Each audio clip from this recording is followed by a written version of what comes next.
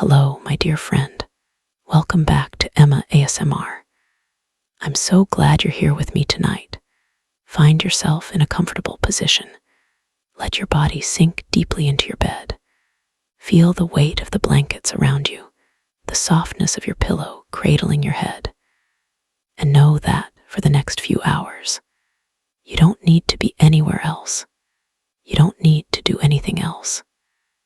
This time is just for you, just for rest, just for peace.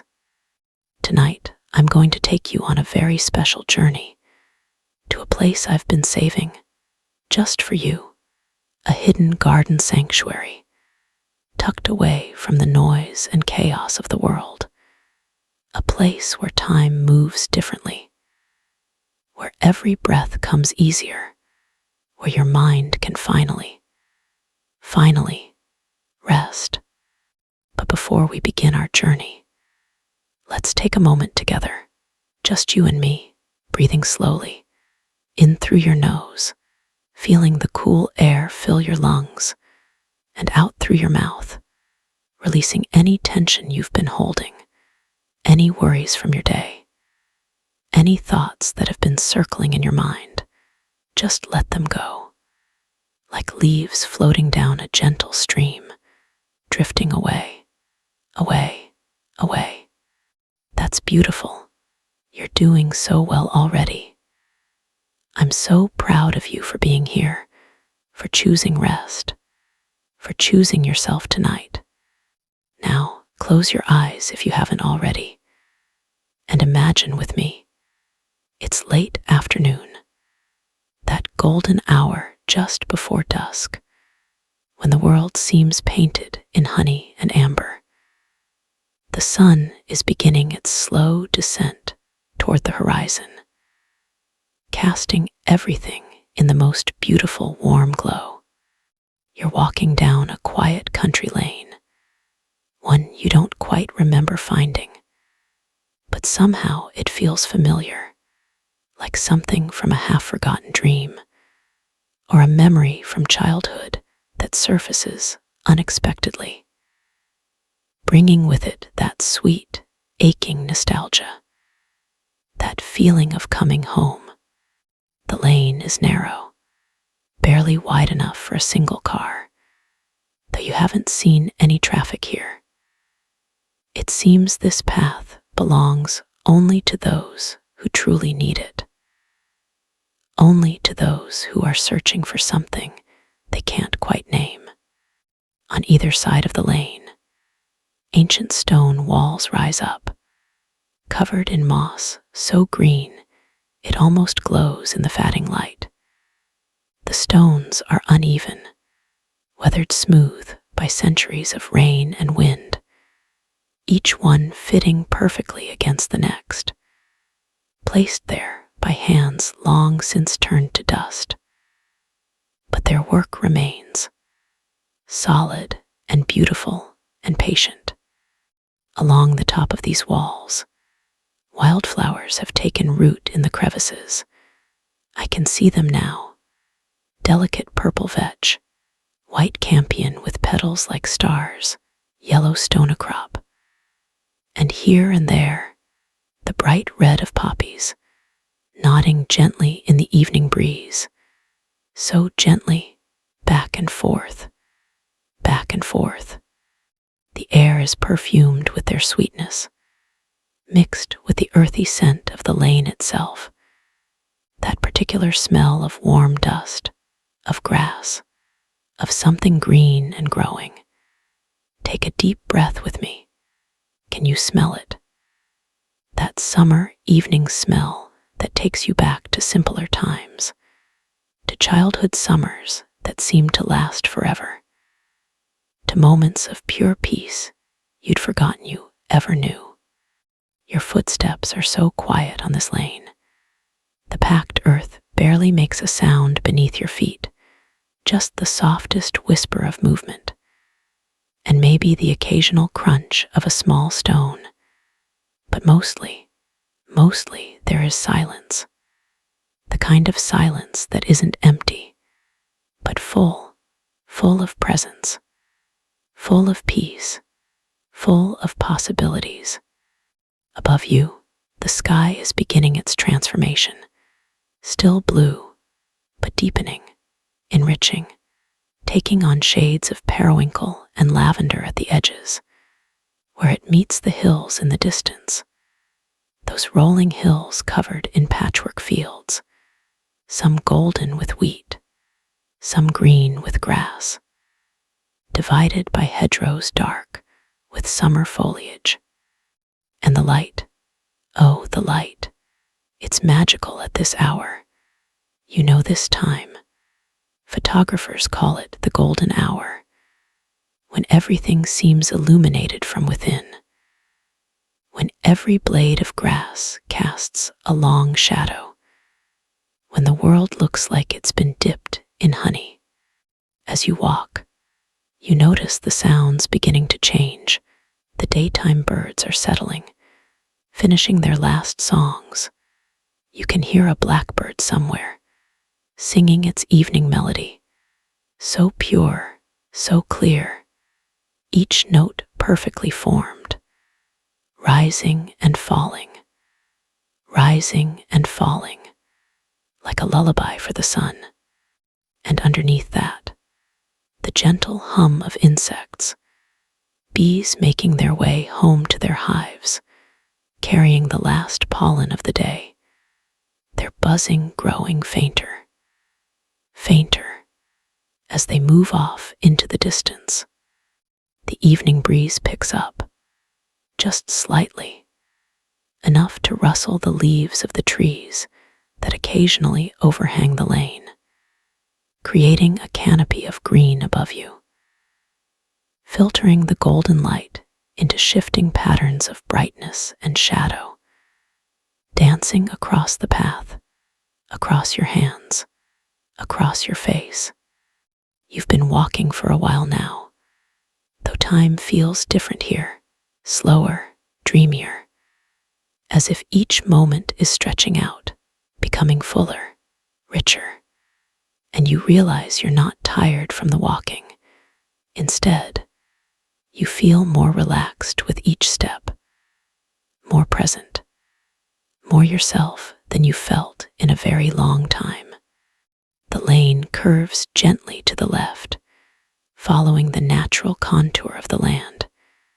And as you round this bend, you notice something, the right-hand wall, the one covered in those beautiful wildflowers.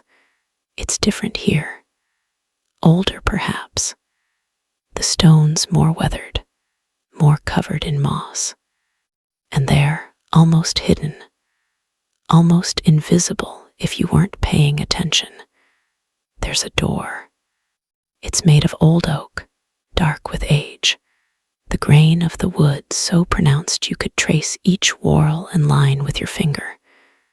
It's set deep into the wall, as if it's always been there, as if the wall was built around it.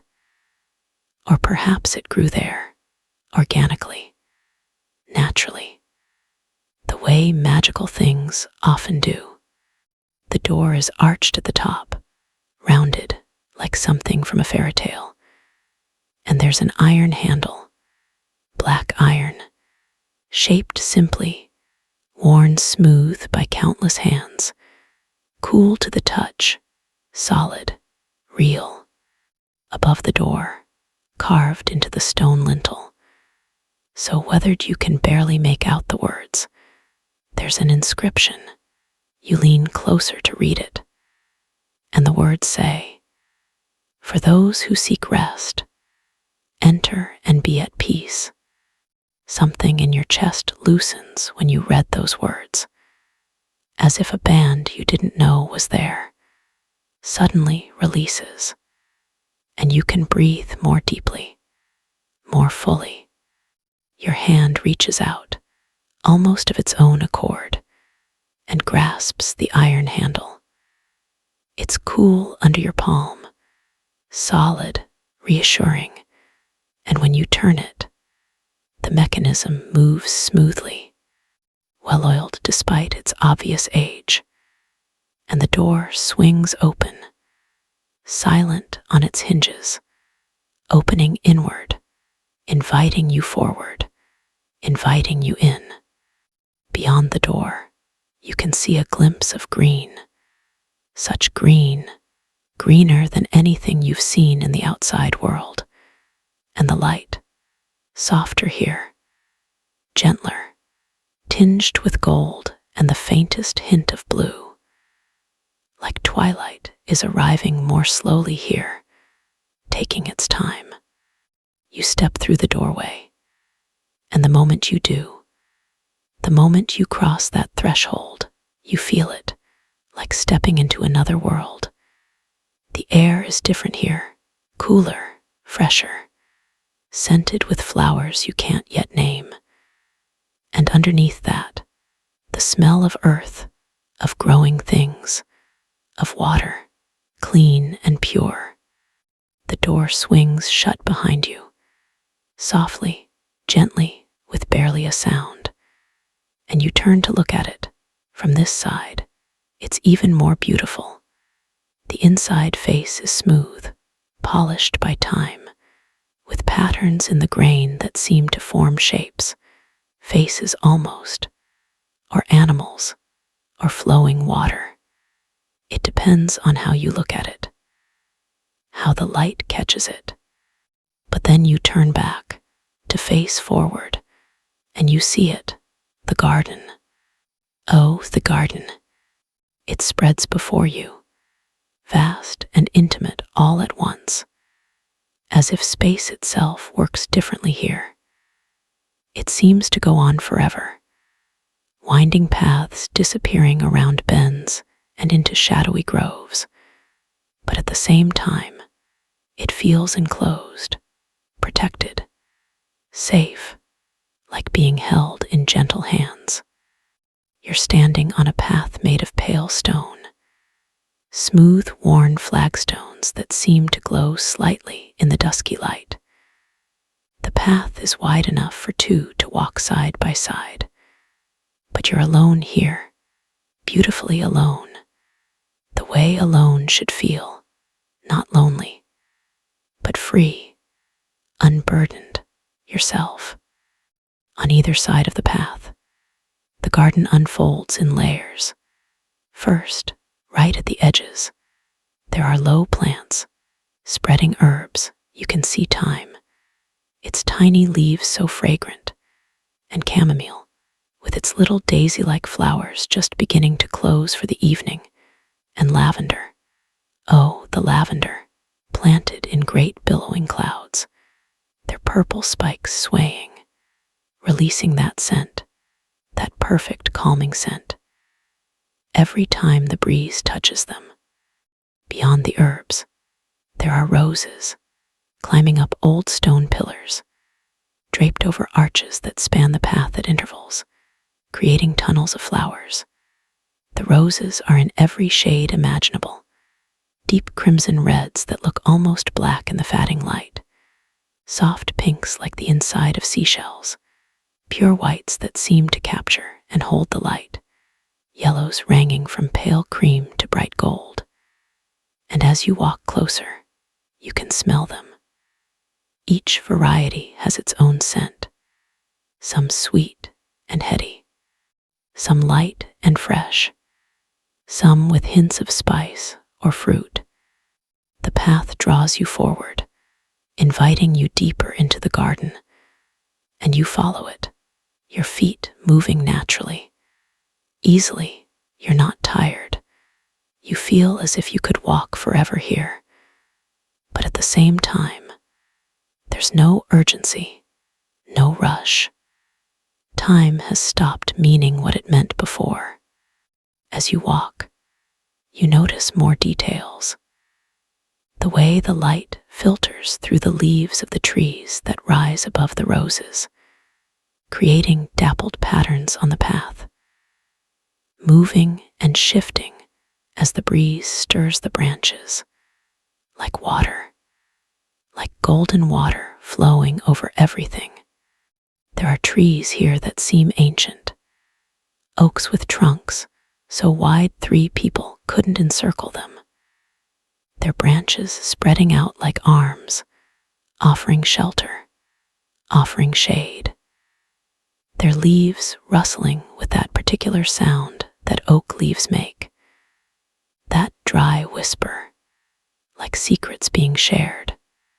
And willows too, growing near what you can now hear, the sound of water, somewhere ahead.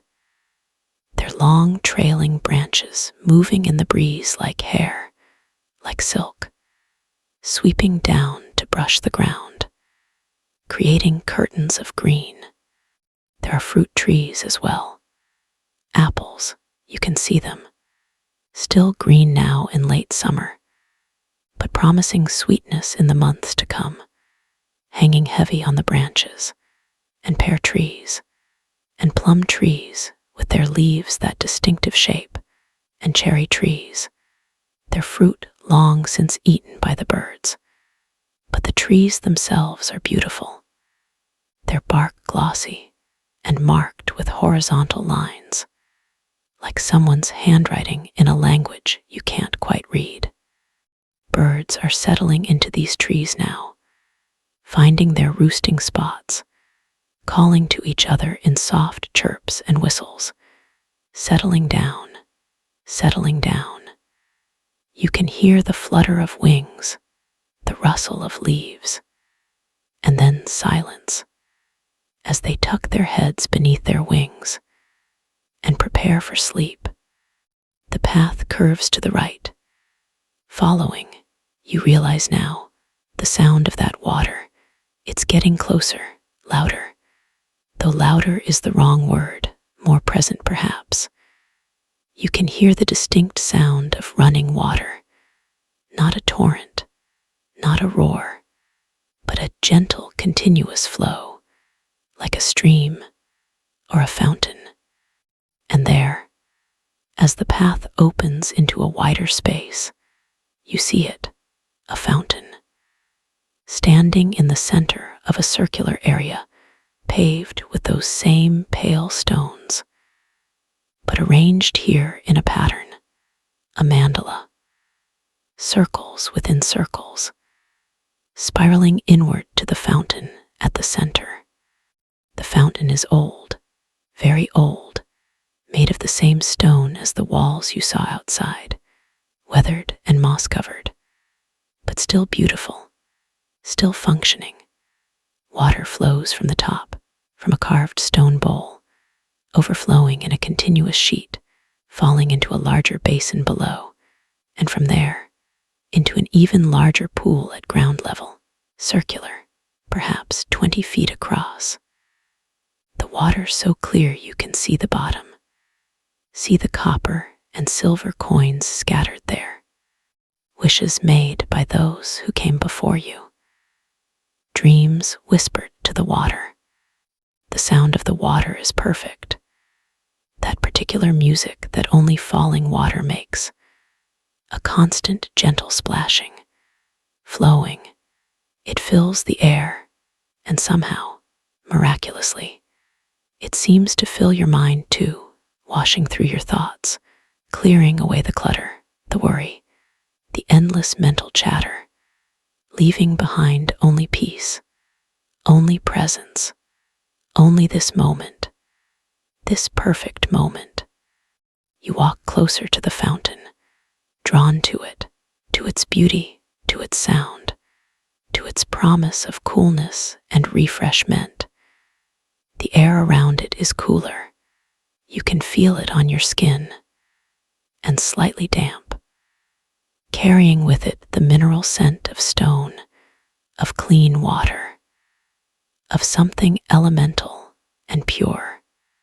Around the fountain, arranged in a circle, there are stone benches, simple, elegant, curved slightly to echo the shape of the pool, each one placed at what feels like exactly the right distance, not too close, not too far.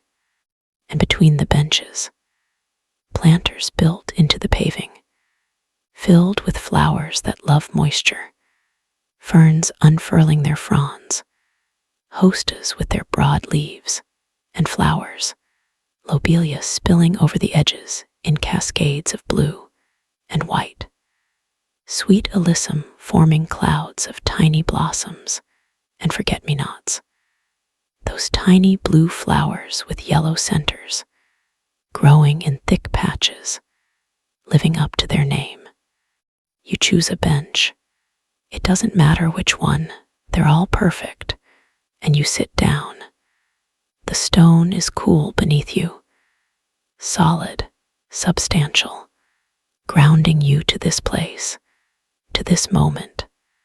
From here, sitting, you can see more of the garden, the way it spreads out from this central point, paths leading off in multiple directions, each one promising its own discoveries, its own quiet corners, its own secrets. To your left, a path leads toward what looks like a walled garden within the garden. You can see the tops of espaliered fruit trees, trained to grow flat against the stone walls, their branches spreading in perfect symmetry. And beyond that, the pointed roofs of what might be greenhouses, glass catching the last of the light, glowing softly. To your right, another path curves away, disappearing under an arch heavy with wisteria. The flowers are finished for the season, but you can imagine how it must look in spring, covered in those hanging clusters of purple blooms. And even now, the leaves are beautiful, creating a tunnel of green, inviting you to explore. Straight ahead, the main path continues, wider here, flanked by tall flowering plants, delphiniums in shades of blue and purple, rising up on their spikes, taller than a person, swaying gently, and behind them, hollyhocks, those cottage garden favorites, in pinks and reds and whites, their flowers like crepe paper, delicate and bright. But you don't need to move yet. You can sit here, for as long as you like, just listening to the water, watching the light continue to change, feeling your breath slow, your shoulders drop, your jaw unclench, all the tension you've been holding, sometimes for years, beginning to release, to flow away, carried off by the sound of the fountain, dissolved in the evening air. The sky above is deepening now, the blue becoming richer, darker, more saturated, and at the horizon, where you can see it through gaps in the trees, the sun has nearly set, leaving behind streaks of color, peach and coral and the palest pink, fatting upward into lavender, into periwinkle, into that deep evening blue. The first star appears, just one, bright and clear, hanging in the darkening sky, and you remember, star light, star bright, first star I see tonight. I wish I may, I wish I might, have the wish I wish tonight. And you make a wish, silently, just between you and the star, a wish for peace, for rest, for this feeling to last, to stay with you. The garden is beginning its transformation from day to night. You can feel it happening, the energy shifting, the diurnal flowers closing their petals, the nocturnal ones beginning to open. You can see them. Moonflowers, their white blooms unfurling in slow motion, growing larger, fuller, releasing their sweet perfume into the cooling air. And night-blooming jasmine, you can smell it now, that incredible scent, sweet but not cloying, filling the air, mixing with the roses, with the lavender, creating a perfume that's unique to this place, to this moment, a scent memory you'll carry with you always. Moths are emerging now, replacing the butterflies and bees of day. Pale, fluttering shapes in the gathering dusk, drawn to the white flowers, to the moonflowers and jasmine, their wings catching what little light remains, looking like tiny fairies, tiny spirits, dancing through the garden. And fireflies, oh, the fireflies, they're beginning to rise from the grass, from the hedges, blinking on and off, like tiny floating lanterns, like earthbound stars. You watch them, mesmerized. Their lights seem to pulse in rhythm, all together, though you know that's impossible.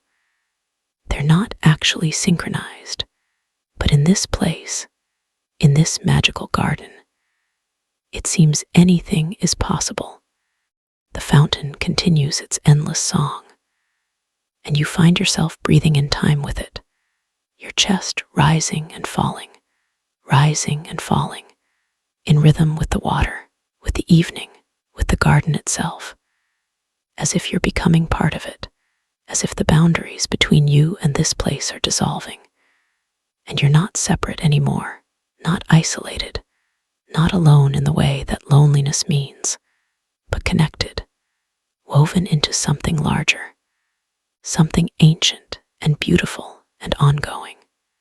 A bat flickers past, silent on its leather wings, hunting insects in the gathering darkness, and instead of being startled, you feel comforted, because this is nature. This is the world continuing in its ancient patterns, the way it has for millennia, the way it will for millennia more, and you're part of it.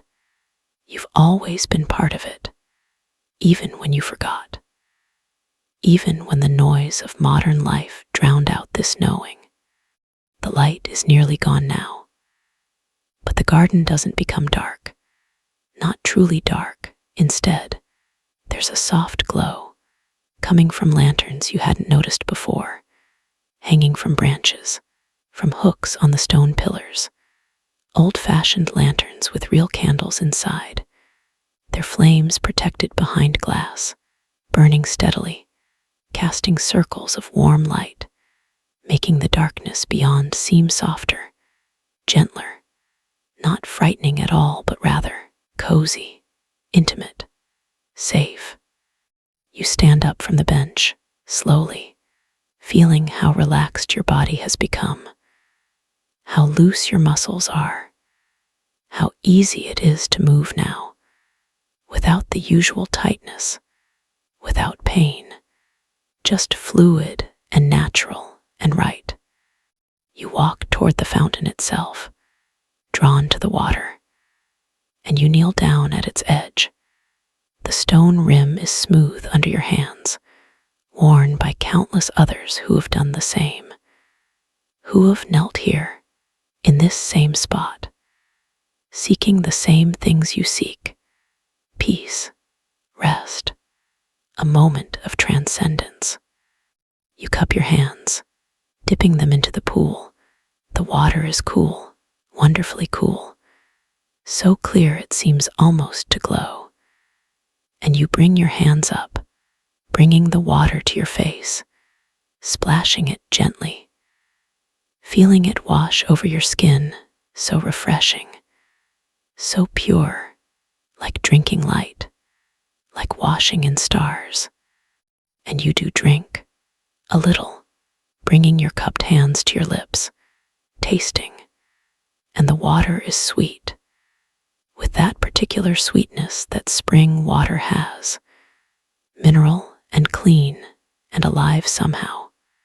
And as you drink, you feel it, the refreshment spreading through you, not just quenching physical thirst, but something deeper, soul thirst, spirit thirst, that parched feeling you've carried for so long, finally, being satisfied.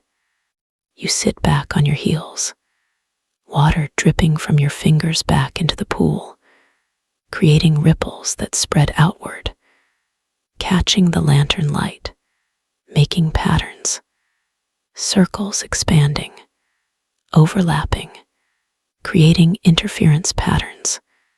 Beautiful, mathematical, natural. The night chorus is beginning now. Somewhere in the distance, you can hear an owl calling, a long, low hoot, and another owl answering. Further away, their conversation echoing through the garden, and crickets starting their song. That high, continuous chirping, the sound of summer nights, and underneath it all, the fountain. Always the fountain, the heartbeat of this place, steady, eternal, unchanging. You find you're smiling, without meaning to, without trying, just smiling because this is beautiful, because you're here, because for this moment, everything is exactly as it should be. You stand again, brushing drops of water from your hands, and you decide to explore further, to see more of this garden, to discover what other treasures it holds. There's no rush. You have all the time in the world, all night, forever if you need it. Time has lost its tyranny here, its pressure, its urgency. You choose the path to your left, the one leading toward the walled garden, your feet finding their way easily despite the dim light. The lanterns provide enough illumination, and besides, your eyes have adjusted now. You can see more than you think. Shapes and shadows, the difference between path and planting, between stone and leaf. The path is slightly narrower here, more intimate, and the plants crowd in closer, not threateningly, but companionably, like friends walking alongside you. Their leaves occasionally brushing your arms, your hands, soft touches, gentle hellos. You pass under an arbor, another rose-covered arch, and you have to duck slightly. And as you do, your head brushes the hanging roses, releasing their scent, and a few petals fall, drifting down like snow, like confetti, blessing your passage, blessing you. The path turns, curves, and suddenly you're there, at the entrance to the walled garden, a wooden gate, painted that particular shade of green, not quite forest green, not quite sage, somewhere in between, with a brass latch. And beyond the gate, beyond, you can see an organized paradise. This is the kitchen garden. You realize the productive heart of this place, where vegetables and herbs grow in neat beds, where fruit is trained along the walls, where everything has its purpose, its place, but managed with such love, with such care, that it's as beautiful as any ornamental planting. You lift the latch, it moves smoothly, well maintained, and you push the gate open. It swings wide, welcoming you, and you step through. Into this ordered world, the garden is laid out in a formal pattern.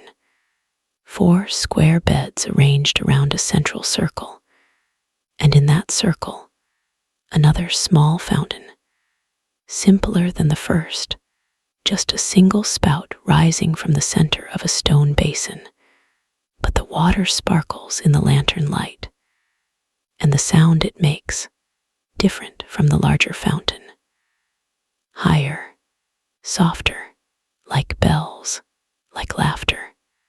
The beds are raised, edged with wooden boards, aged and silvered by weather, and they're full, abundantly full, with vegetables and herbs growing together, companion planted, each one supporting the others, the way community should work. In the bed nearest you, you can see tomatoes, heavy on their vines, tied to tall stakes, the fruit in various stages, green and yellow and orange and red, promising different flavors, different textures, and the smell, that distinct tomato plant smell, green and sharp. It takes you back, to childhood perhaps, to summers spent in a grandmother's garden, to simpler times. Alongside the tomatoes, basil is growing, great bushy plants, their leaves so green they're almost purple, and you lean down, picking a single leaf, crushing it between your fingers, and the scent, oh, the scent, peppery and sweet and intensely aromatic. You bring your fingers to your nose, inhaling deeply, feeling the scent clear your sinuses, wake something up in your mind, some sleeping sense. In the next bed, you see lettuce and other salad greens. Even in the dim light, you can make out the different varieties. Oak leaf lettuce with its ruffled edges, romaine standing tall, butter lettuce forming perfect rosettes, and between them, radishes, their tops green and ferny, and carrots, their feathery foliage swaying slightly in the evening breeze. The third bed holds beans, climbing up teepees made of bamboo poles, their leaves heart-shaped, and flowers, white and pink. Even now, even this late in the day, some are open, and here and there, you can see the pods hanging, long and straight, promising crisp sweetness. And the fourth bed, herbs, so many herbs, you can identify some, parsley forming a neat border, oregano spreading enthusiastically, thyme in multiple varieties, silver thyme and lemon thyme and common thyme, sage with its felted gray leaves, rosemary growing into substantial shrubs, woody and fragrant, mint contained in a pot, because mint can't be trusted in an open bed. It would take over everything. Chives with their purple pom-pom flowers, gone to seed now, but still beautiful. Along the walls are brick here, old red brick, weathered and beautiful. You can see the espalier fruit trees, apples trained into candelabra shapes, pears in fans, their branches tied to wires, every tree precisely formed, but not in a way that feels forced. Rather, it seems natural, as if this is how the trees want to grow, as if they're happy in their formation. And climbing the walls too, beans, runner beans with their scarlet flowers.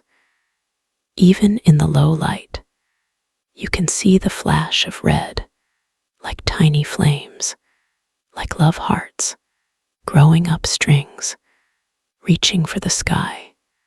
There are cold frames along one wall, their glass tops closed now, protecting what you can't quite see. Seedlings perhaps, starting the next generation, the next season's crops, because life here goes on, continues, the cycle unbroken, seed to plant to fruit to seed, again and again, eternal, reliable, true. The air in this walled garden is different, you realize, even more still than the rest of the garden, as if the walls create a microclimate, warmer, more protected, and the scents are concentrated here. All those herbs releasing their oils into the evening, all those vegetables, the earthy smell of watered soil, the green smell of growing things. It's intoxicating, grounding, real.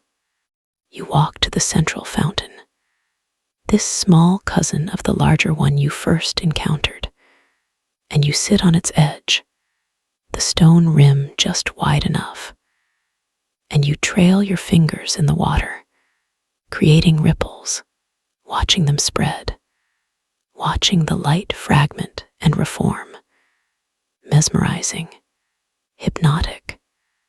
Around you, the walled garden feels like a room, an outdoor room with the walls and the sky as ceiling. And that sky, oh, that sky, it's dark now, truly dark. And the stars are emerging, not just one now, but hundreds, thousands, scattered across the darkness like salt spilled on black velvet, like diamonds, like hope. In your head back, looking up, letting your eyes adjust even further. And as they do, more stars appear, fainter ones, filling in the gaps, until the sky is dense with them, crowded with light.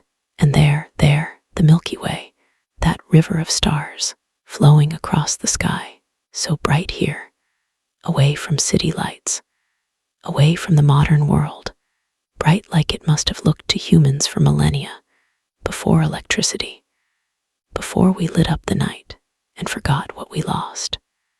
You can see constellations, familiar patterns, Ursa Major, the Big Dipper, hanging in the north, and there, Cassiopeia, that W shape, and Cygnus, the swan, flying along the Milky Way, and Lyra with brilliant Vega, and so many more. Patterns humans have seen and named and told stories about for thousands of years. The same stars, the same light, connecting you to everyone who's ever looked up in wonder, everyone who's ever felt small beneath the vastness, everyone who's ever found comfort in the unchanging patterns. A meteor streaks across, just one, silent, blazing, gone in less than a second, but you saw it.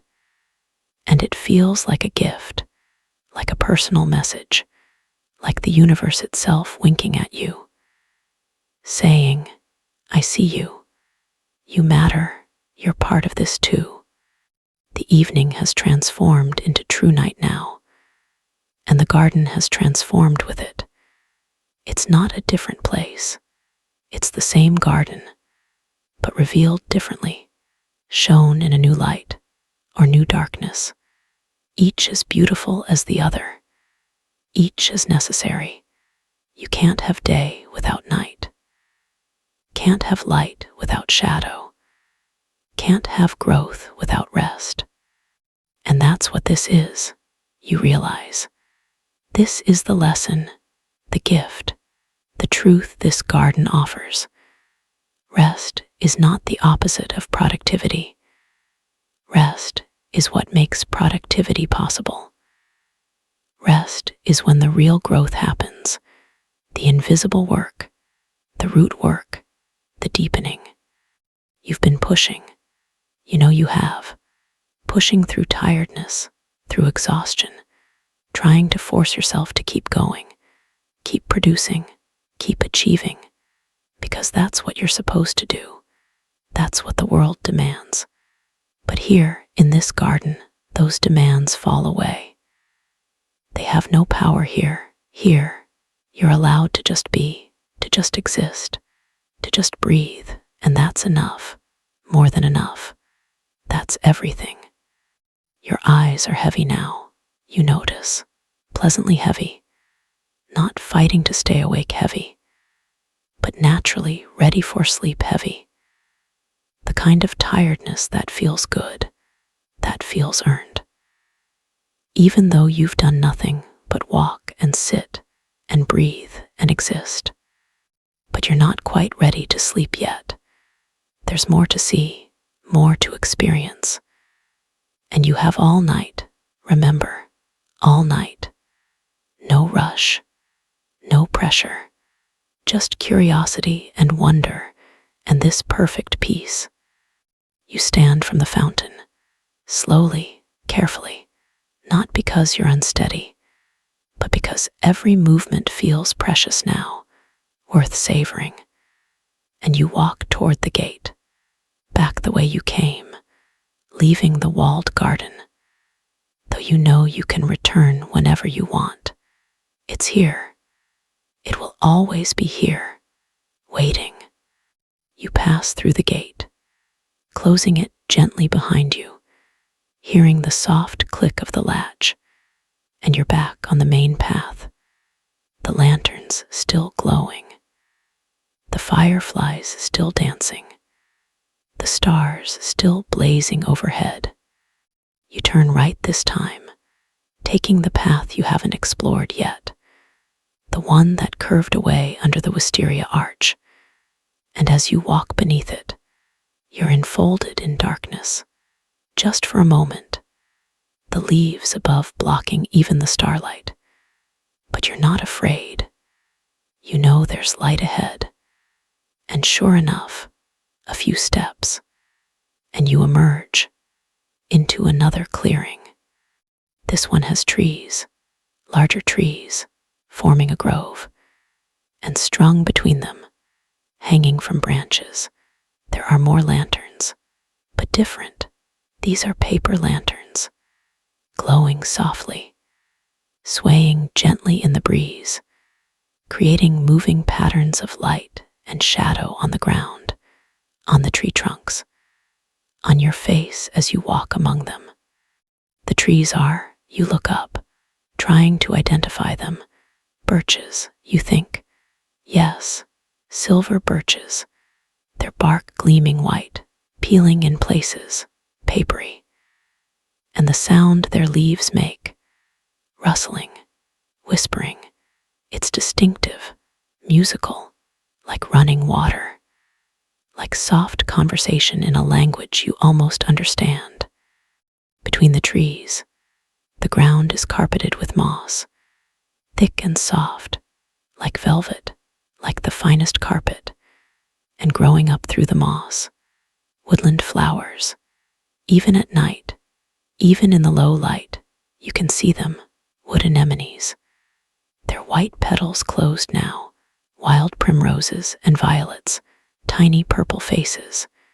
And here, ladies' slipper orchids, rare and precious, protected, thriving here in this sheltered place. There's a bench here too, but different from the stone benches by the fountain. This one is wooden, made from curved branches, still with their bark, woven together, organic, natural, as if it grew here. And maybe it did. Maybe everything here grows exactly where and how it should. You sit, and the bench is surprisingly comfortable, cradling you, supporting you, and from here, you can see through the trees, back toward the fountain. You can hear it still. Always the fountain. Its sound carries, filling the garden, unifying it, giving it a heartbeat, a pulse. And you can see, beyond the fountain, past where you've been, another area, lit by what seems like hundreds of candles. Curious, you think, what could that be? But you're not ready to move yet. You're content here, among the birches, under the paper lanterns, resting on this living bench. A fox appears, stepping delicately out of the shadows, pausing when it sees you, and you freeze, not from fear, but from reverence, from respect, from not wanting to disturb this perfect moment. The fox regards you, its eyes catching the lantern light, glowing amber, intelligent, ancient, as if this fox has lived in this garden forever, as if it knows all its secrets, as if it sees into your soul and finds you acceptable, worthy of being here. For a long moment, you and the fox look at each other, and there's an understanding, a recognition. You're both creatures, both animals, both part of this earth, this garden, this night, neither above nor below the other, just sharing space, sharing time. Then the fox moves on, trotting away, its tail held high, disappearing into the darkness, and you feel blessed, witnessed, acknowledged by the wild world, reminded that you're not separate from nature. You are nature. You've just forgotten, just been taught to forget. But here you remember. The night is deepening still, and the temperature is dropping, just slightly, enough to be noticeable, to be pleasant. The air against your skin is cool, raising goosebumps on your arms, but you're not cold, not uncomfortable, just aware, present, feeling everything. You should continue, you think. There's more to see. But there's a resistance in your body, a reluctance to move. This spot is so perfect, so peaceful. You could stay here forever. Just sitting, just being, just existing in this moment that seems to stretch endlessly in all directions. But curiosity wins. Gently, not urgently, just a soft pull. What else is here? What else does this garden want to show you? You stand, and you notice again how easy movement has become, how your body obeys without complaint, without pain, without that usual resistance. You're not stiff, not sore, just flowing, natural, right. You continue down the path, leaving the birch grove, and the paper lanterns behind you, their light fading, but new light ahead. That candlelit glow you saw from the bench, growing brighter, more defined. The path opens out, and you see a lawn, a wide expanse of grass, mowed short and smooth, and on this lawn, arranged in seemingly random but somehow perfect patterns, there are candles, hundreds of them, thousands maybe, in glass containers, hurricane lanterns, all different sizes, all lit, all glowing, creating a sea of light, a field of stars brought down to earth. It's breathtaking, literally. You find yourself holding your breath, stunned by the beauty, by the generosity of it. All these candles, lit for what? For whom? For you. For anyone who finds this place, for the night itself, for beauty's sake. You walk among them, carefully, stepping between, and your shadow is cast in multiple directions, from multiple light sources, creating strange geometric patterns, overlapping, intersecting. You become multiplied, many-shadowed, dimensional complex. The candles are reflected. You realize there's water here, a pond, large and still, like a mirror, and the candles are arranged on its banks, and their reflections double them, make them infinite. The surface of the water becomes another sky, another universe, stars above and below, and you're walking between them, suspended, floating, nowhere and everywhere at once. The pond is natural, or naturalistic, edges soft, planted with water-loving plants, irises, their sword-like leaves, reeds, tall and straight, and water lilies. You can see their pads, floating, and here and there a flower, still open. Some water lilies bloom at night, moon lotus, their white petals glowing, luminous, perfect, floating on the dark water like thoughts on consciousness, like dreams on sleep. There's a small wooden dock, extending out into the pond, just a few feet, enough to stand on, enough to be surrounded by water. And you walk toward it, your feet silent on the grass, then making hollow sounds on the wooden planks, and you walk to the end and stop and stand, surrounded now by water, by reflections, by candlelight, by stars. The pond is so still, barely a ripple, just the smallest movement from the breeze. And in this stillness, you can see everything reflected: the sky, every star, the Milky Way painted in water, and the trees surrounding the pond, their dark shapes inverted, hanging down into the depths. And yourself, you look down, and there you are, looking back, doubled, reflected, showing you yourself. And for once, you don't turn away, you don't criticize, don't find fault. You just look and see a person, tired, seeking rest, deserving rest, worthy of this beauty, worthy of peace, worthy of love. The water is dark, but not frightening, deep, but not threatening. It holds the light, contains it, reflects it back. And you have the strangest urge to become like water, to receive what comes, to reflect beauty, to hold light, to flow where needed, to nourish what grows near you, to be deep and still and clear. A fish breaks the surface. Somewhere out in the darkness, a small splash, ripples spreading, distorting the reflections, making the stars dance. And then, stillness again, the surface calming, settling, the mirror reforming. You could watch this forever, you think, this interplay of light and darkness, of reflection and reality, of water and sky.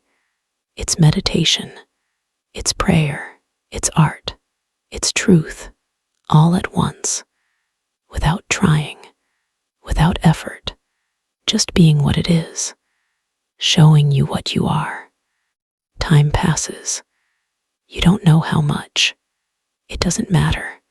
You're outside time now, beyond it, in a place where time has no meaning, no power, where only the present exists, eternal, unchanging, always new. Eventually, finally, you turn and walk back along the dock, back to the grass, back among the candles, and you notice, ahead, past the lawn, past the pond, there's a structure. You hadn't seen it before, or hadn't noticed. But now it's revealed, a building, small, intimate, glowing from within. You walk toward this structure, drawn to it, the way moths are drawn to flame, but gently, peacefully, not with urgency, but with calm curiosity, wondering what this place could be, what purpose it serves in this already perfect garden. As you get closer, you can see it's made of glass, mostly glass, with a wooden frame, dark wood, maybe oak, the same deep brown as the door you first entered through. And the glass panels catch the candlelight, the starlight, reflecting and refracting, creating prisms, tiny rainbows even in this dim light. Magic made visible. It's a conservatory, you realize, or a greenhouse, but more elegant than those words suggest, more intentional, more beautiful. The roof is curved, not sharply peaked, but gently domed, like a bell, like a sanctuary. And there are windows that open, you can see them, propped out slightly, allowing air to flow, keeping the temperature comfortable. The door is wooden, with glass panels set into it, and through these panels, you can see soft light inside, golden and warm, inviting, promising shelter, promising rest.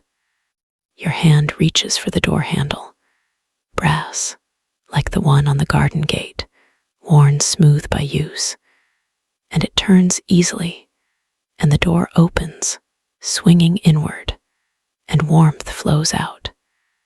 Not heat, but gentle warmth, comfortable, like being wrapped in a soft blanket, like being held. You step inside, and the door closes behind you, softly, and you're enveloped, contained, safe. The conservatory is larger inside than it looked from outside. That strange magic of architecture, or perhaps, in this place, space itself is fluid, responsive, giving you what you need. And what you need right now is room, is space, is somewhere to simply exist without constraint. The interior is filled with plants, of course. This is a conservatory, but not just any plants. These are special, you can sense it. Tropical plants, their leaves large and glossy, catching the light.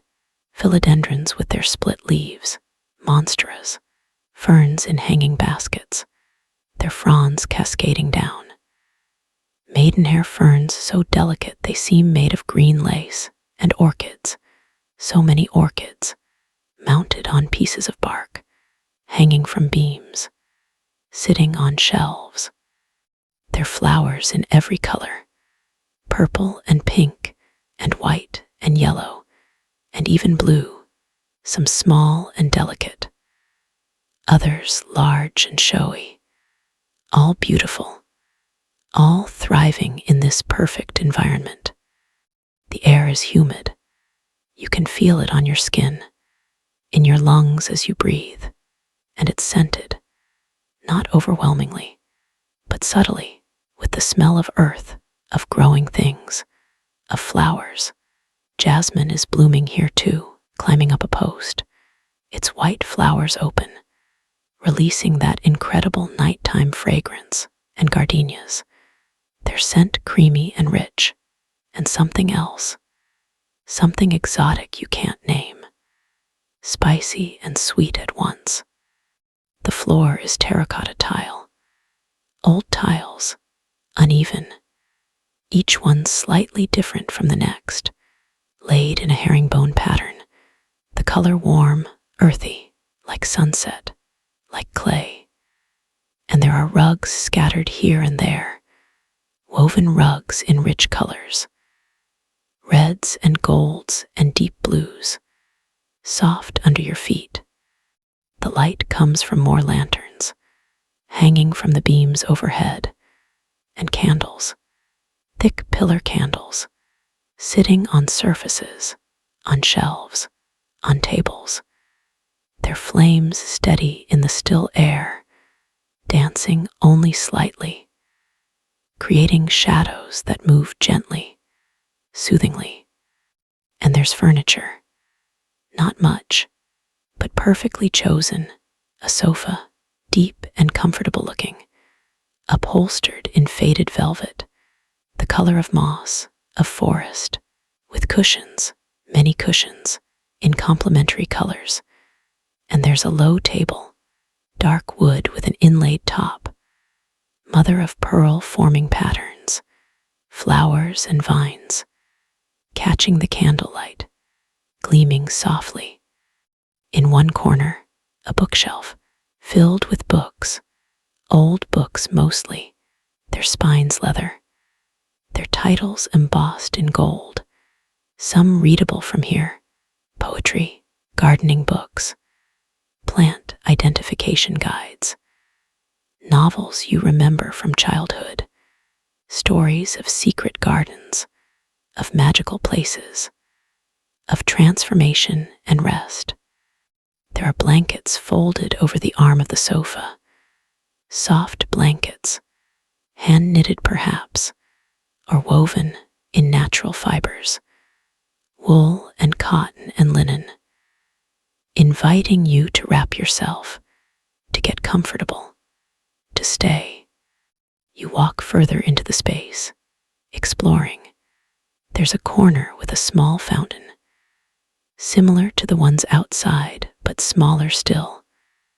Intimate, just a trickle of water flowing over stones, adding its voice to the quiet, creating that perfect white noise, that sound that helps the mind settle, helps thoughts slow, helps sleep arrive. Near the fountain, there are more plants, ones that love water, peace lilies with their white spathes, and carnivorous plants, pitcher plants with their strange flowers, sundews sparkling with what looks like dew but isn't, is sticky, is how they catch their prey. But even these are beautiful, delicate, worthy of wonder rather than fear.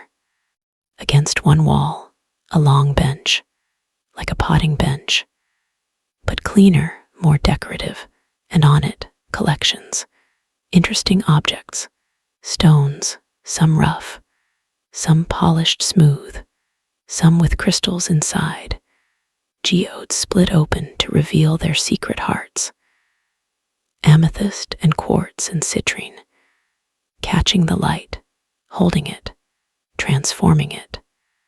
There are shells too, from the ocean, spirals and fans and spikes, each one a small miracle of mathematics, of natural engineering, of beauty for beauty's sake, and seed pods, opened ones showing their intricate interiors, and pieces of driftwood, sculpted by water and time, and feathers, carefully displayed from different birds, each one perfect, each one found and honored and kept. It's a collection of treasures, you realize, things found and valued, things that brought joy, things worth saving, worth sharing.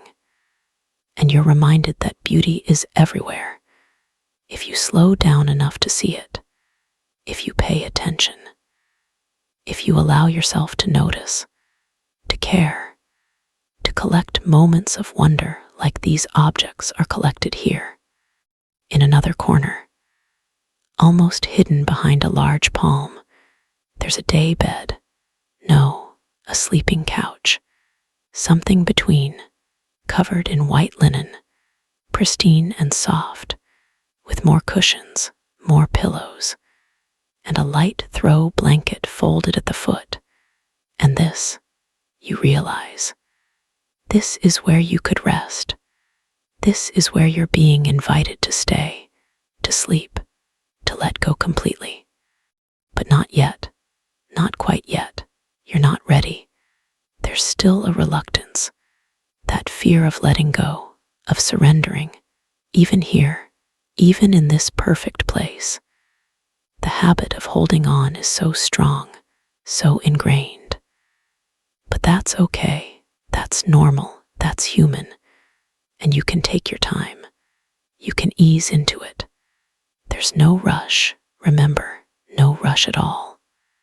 You walk to the sofa instead, and you sit, and it's as comfortable as it looked, more comfortable. The cushions embrace you, support you, and you lean back, and your body sinks in, and you let out a breath you didn't know you were holding, and something in your chest, that tightness, that band, loosens just a little more. From here, sitting, you can see through the glass walls, out into the garden. You can see the candles still glowing around the pond. You can see stars through the glass roof above. You can see the shapes of trees, dark against the sky, and fireflies still dancing. Their lights dimmer now, fewer, as if they too are growing tired, ready for sleep.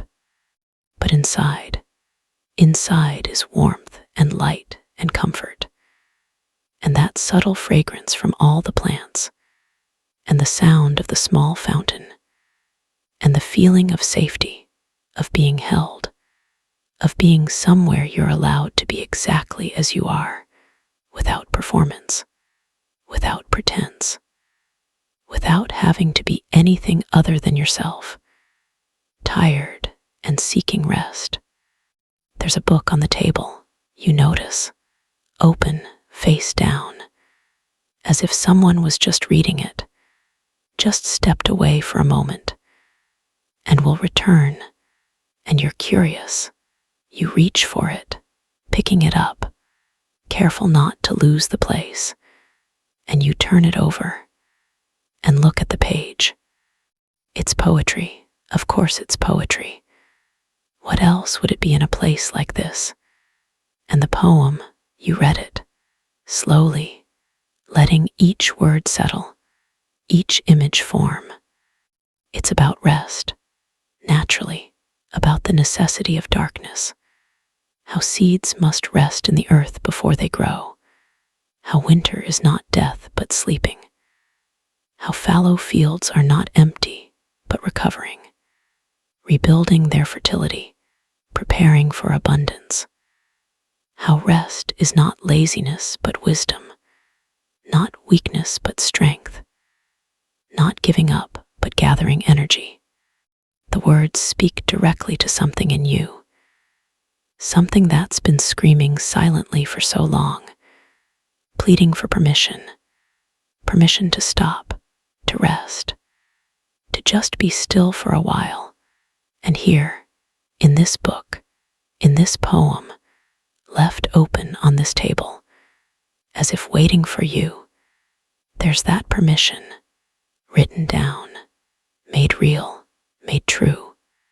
You read it again, slower this time, and then again, and each time it sinks deeper, past your defenses, past your conditioning, past all the voices that say you should be doing more, being more, achieving more, and it reaches that quiet place inside, that place that knows, that remembers that you are not a machine, not a tool, not a resource to be used up, but a living being with rhythms and cycles, with needs and limits, with a right to rest, to recover, to simply exist.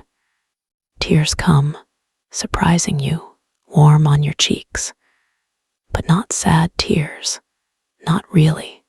Release tears, relief tears, recognition tears. Finally being seen, being understood, being granted what you've been too afraid to grant yourself. You set the book down, gently, reverently, back on the table, and you wipe your eyes, and you breathe deeply, and you feel lighter somehow, as if something heavy has been set down. Some burden you've been carrying so long you forgot it was there, until now, until this moment when it's lifted, and you remember what it feels like to stand up straight, to breathe fully, to be unburdened. The conservatory seems to glow brighter, or perhaps your eyes are clearer. Perhaps you're more present, more here, more now. The colors are more vivid, the scents more distinct, the sound of the fountain more musical. Everything is more itself, more real, more alive. You notice things you missed before, details, small wonders. There's a spider web in one corner, perfect geometry, each strand placed exactly right, and dew or condensation has formed on it, and each droplet catches the light, becomes a tiny prism, a tiny universe, and you watch it, mesmerized, grateful for its beauty, grateful to see it, to notice it, to have this moment of connection with something so small, so easily overlooked, so perfect.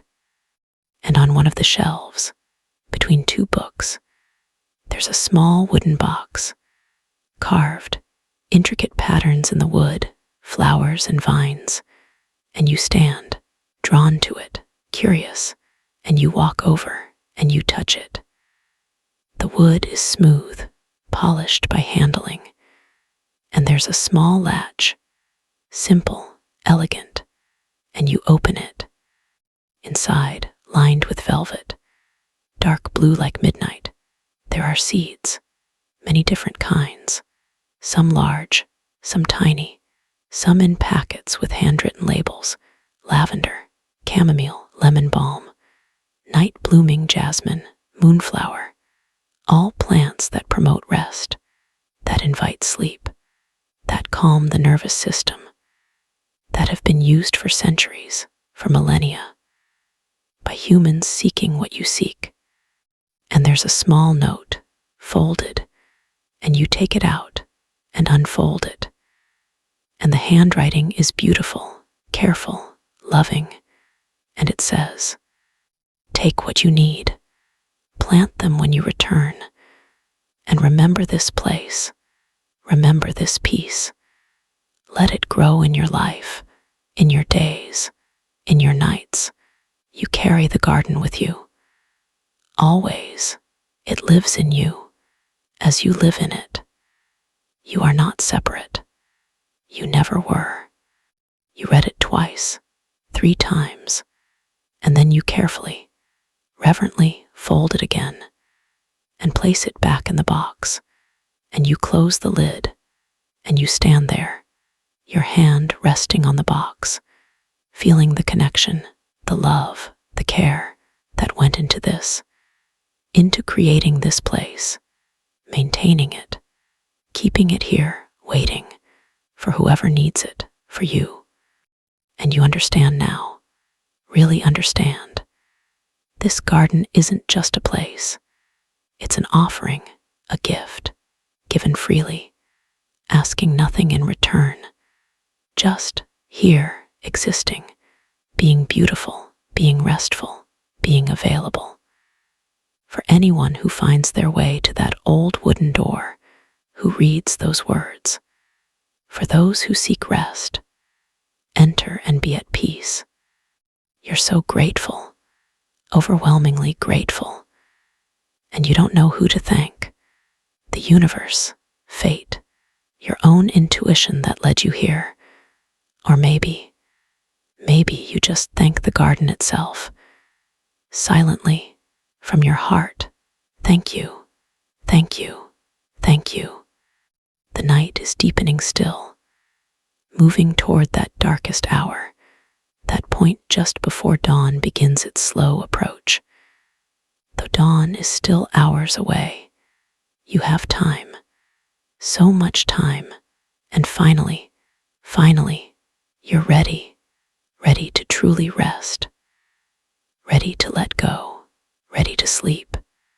You walk to the daybed, the sleeping couch in the corner, and you sit on its edge, and it's firm but comfortable, supportive, and you lie back, just testing, just seeing, and oh, it's perfect.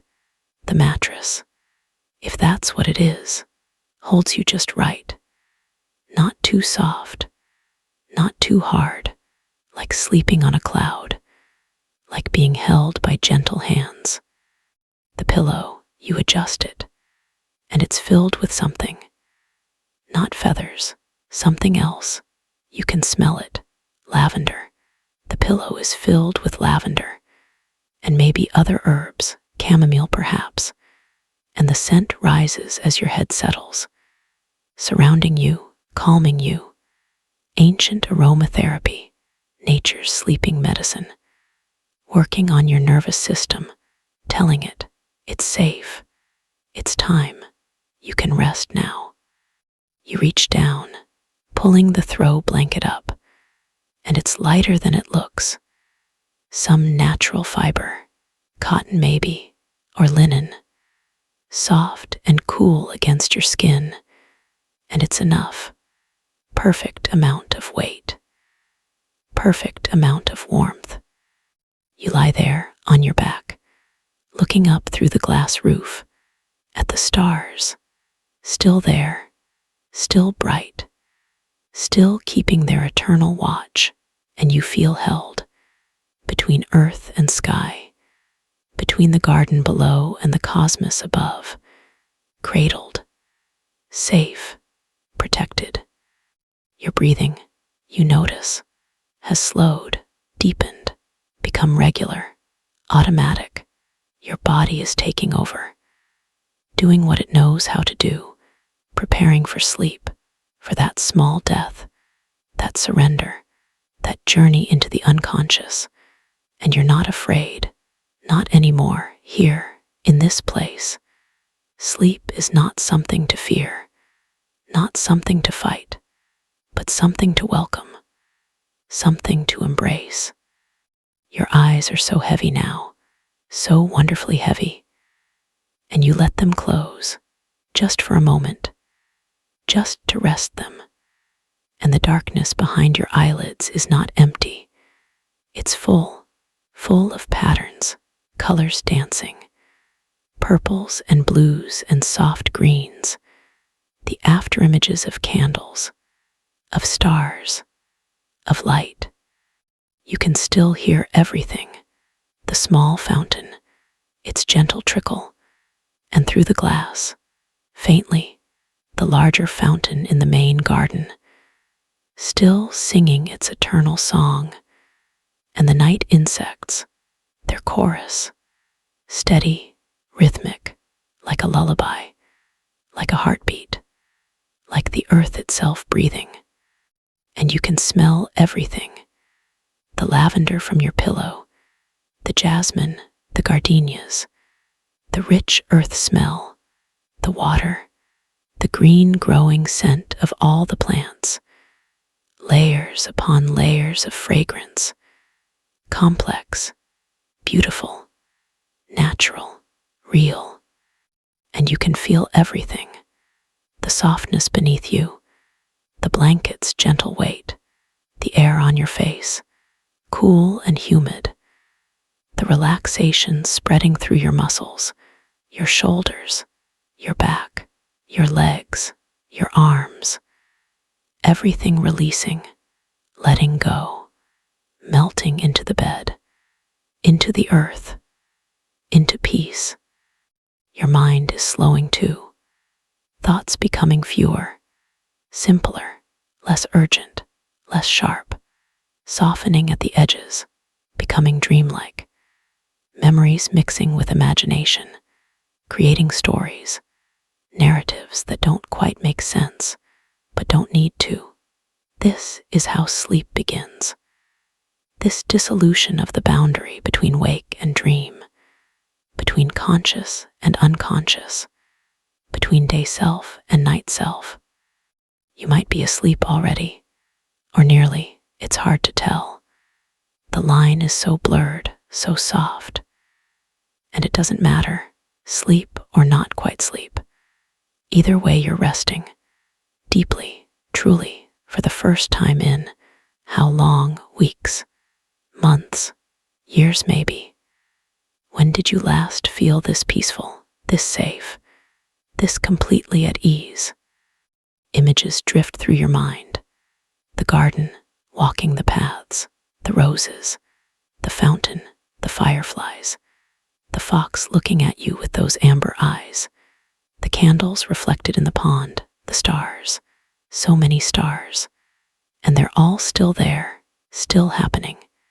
Even as you rest, the garden continues, the night continues, the world continues, without you needing to hold it together, without you needing to manage it, control it, figure it out.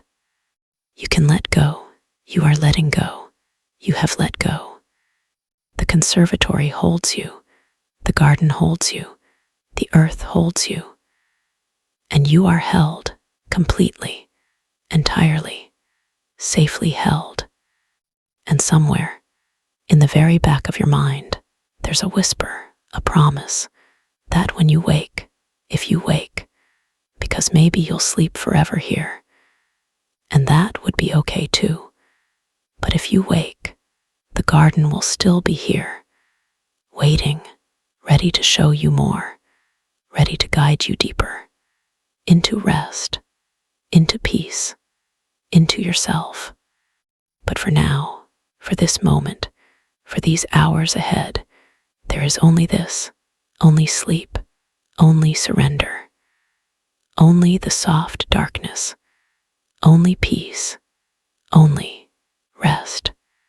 Whisper becoming even softer, almost inaudible. Sleep now, dear one, sleep. The garden watches over you.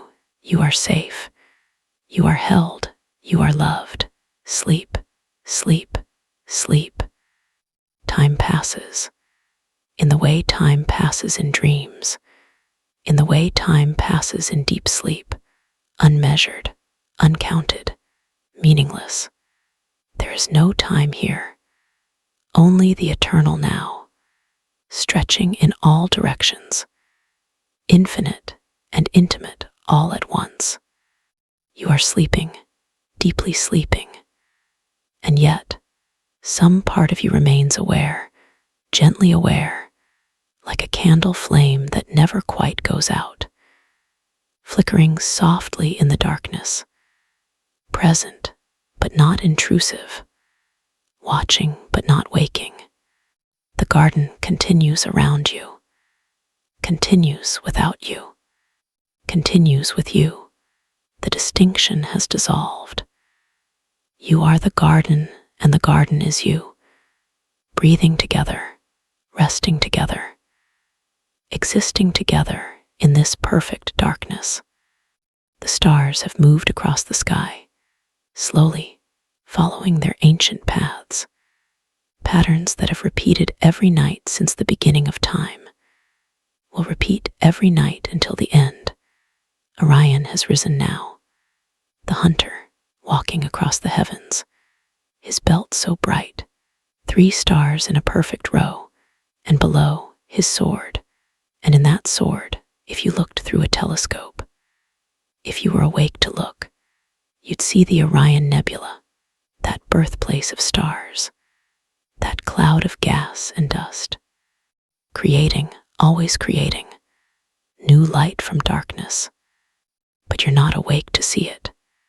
You're deep in your own darkness, your own creative void, where your body is doing its work, its invisible work, repairing cells, processing the day, sorting memories, filing away what's needed, releasing what's not, consolidating learning, strengthening neural pathways, producing hormones, regulating systems, all the miraculous work that only happens in sleep, that can only happen in rest.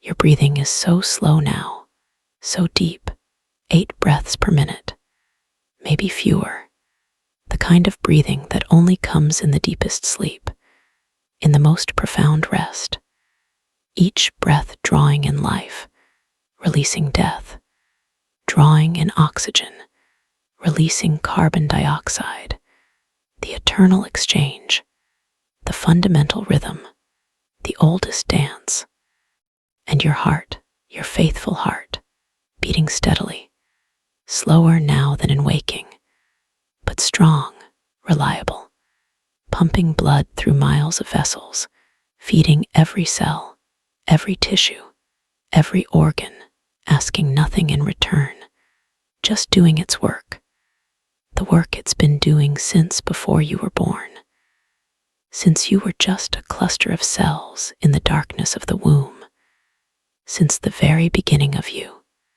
In the conservatory, the candles have burned lower, some have gone out, others still flicker, their flames smaller now, dancing in the slight movement of air.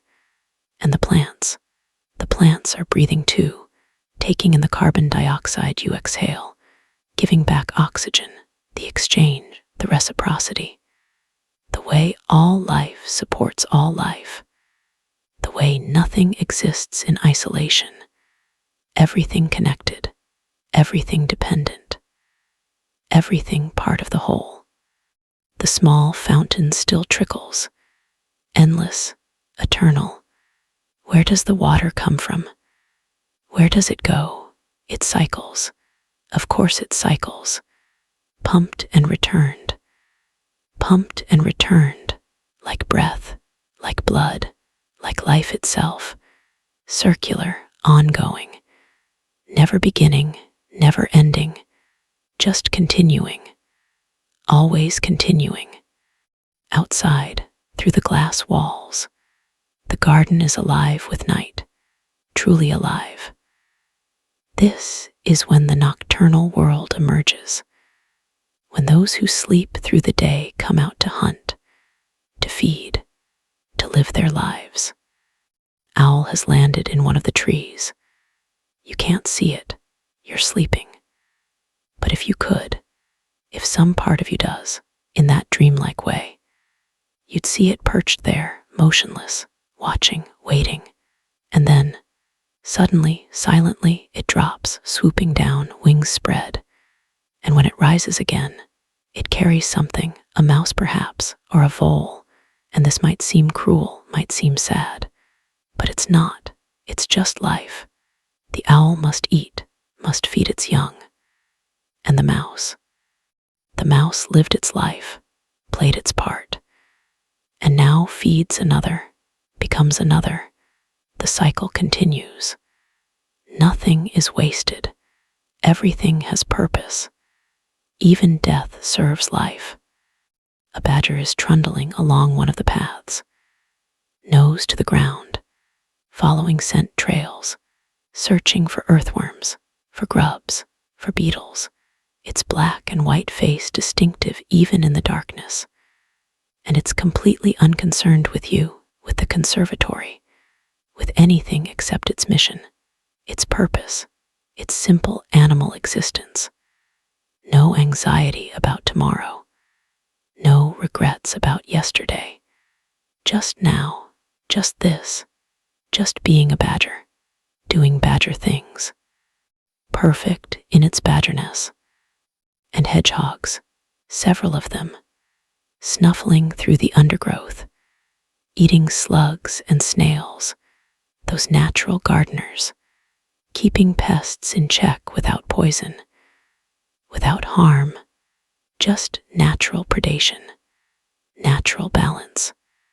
The way ecosystems work when left alone, when allowed to function, when trusted to find their own equilibrium. Moths are everywhere, dozens of species, hundreds of individuals, drawn to the few candles still burning, drawn to the moonlight reflecting off the glass. Their wings so delicate, so detailed, patterns of scales creating colors, creating camouflage, creating beauty. Some are tiny. Some have wingspans as wide as your hand. And all are miraculous. All are perfect. All are exactly what they're meant to be. One lands on the glass near you, a large one, a Luna moth perhaps, or something similar, pale green, ethereal, its wings like leaves, like stained glass, translucent in the candlelight, and it stays there, resting, because moths need rest too. Even their constant seeking, their endless searching for light, must pause sometimes, must yield to tiredness, to the need for stillness. Inside your sleeping mind, dreams are forming, flowing, changing. You're walking through the garden again. But it's different now, dreamlike, surreal. The paths twist in impossible ways, lead to places that couldn't exist. A garden within the garden, a door in a tree trunk, opening to a room filled with books. No, filled with seeds. No, filled with light, just light, pure and golden and warm. You're flying now. No, floating, drifting above the garden like a leaf on wind, like a seed pod dispersing. And you can see it all spread below you, the patterns, the geometry, the sacred proportions. This garden is a mandala, a labyrinth, a temple designed, no, grown, no, both, intentional and organic, planned and wild, structured and free. People now, in your dream, other people walking the paths, sitting by the fountains, resting in the conservatory, And you understand, you're not alone in seeking this, in needing this. The garden is here for everyone, has always been here, will always be here, waiting, patient, eternal, offering rest to all who find it, to all who dare to stop, to all who remember or learn or discover. That rest is not a luxury, not a reward, not something to be earned, but a necessity, a right, a fundamental need. And in your dream, someone approaches you. You can't see their face. They're made of light, or maybe shadow, or maybe both, and they speak, though their lips don't move, though you don't hear words, but you understand anyway. The way you understand in dreams, directly, without translation. They say, without saying, "Welcome home. This is where you've always belonged. This peace you're feeling, this rest. This is your natural state. Everything else, the striving, the pushing, the constant doing, that's the deviation. That's the forgetting. This is remembering. This is returning. This is coming home to yourself." And you want to ask, how do I keep this? How do I take this back? How do I live this in the world, in my life, in my days? But before you can form the question, the answer you already know, you've always known. It's not about taking it back. It's about recognizing it was never gone. The garden is not a place. It's a state. It's an awareness. It's a choice. You can access this peace anywhere, anytime.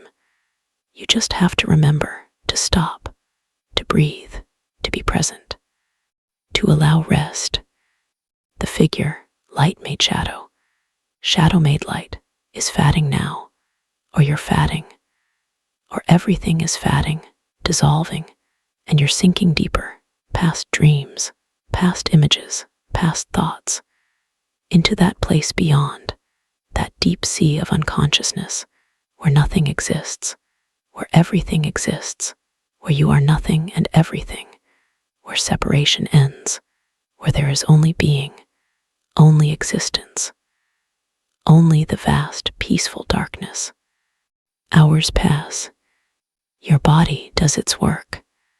Your mind processes and files and releases.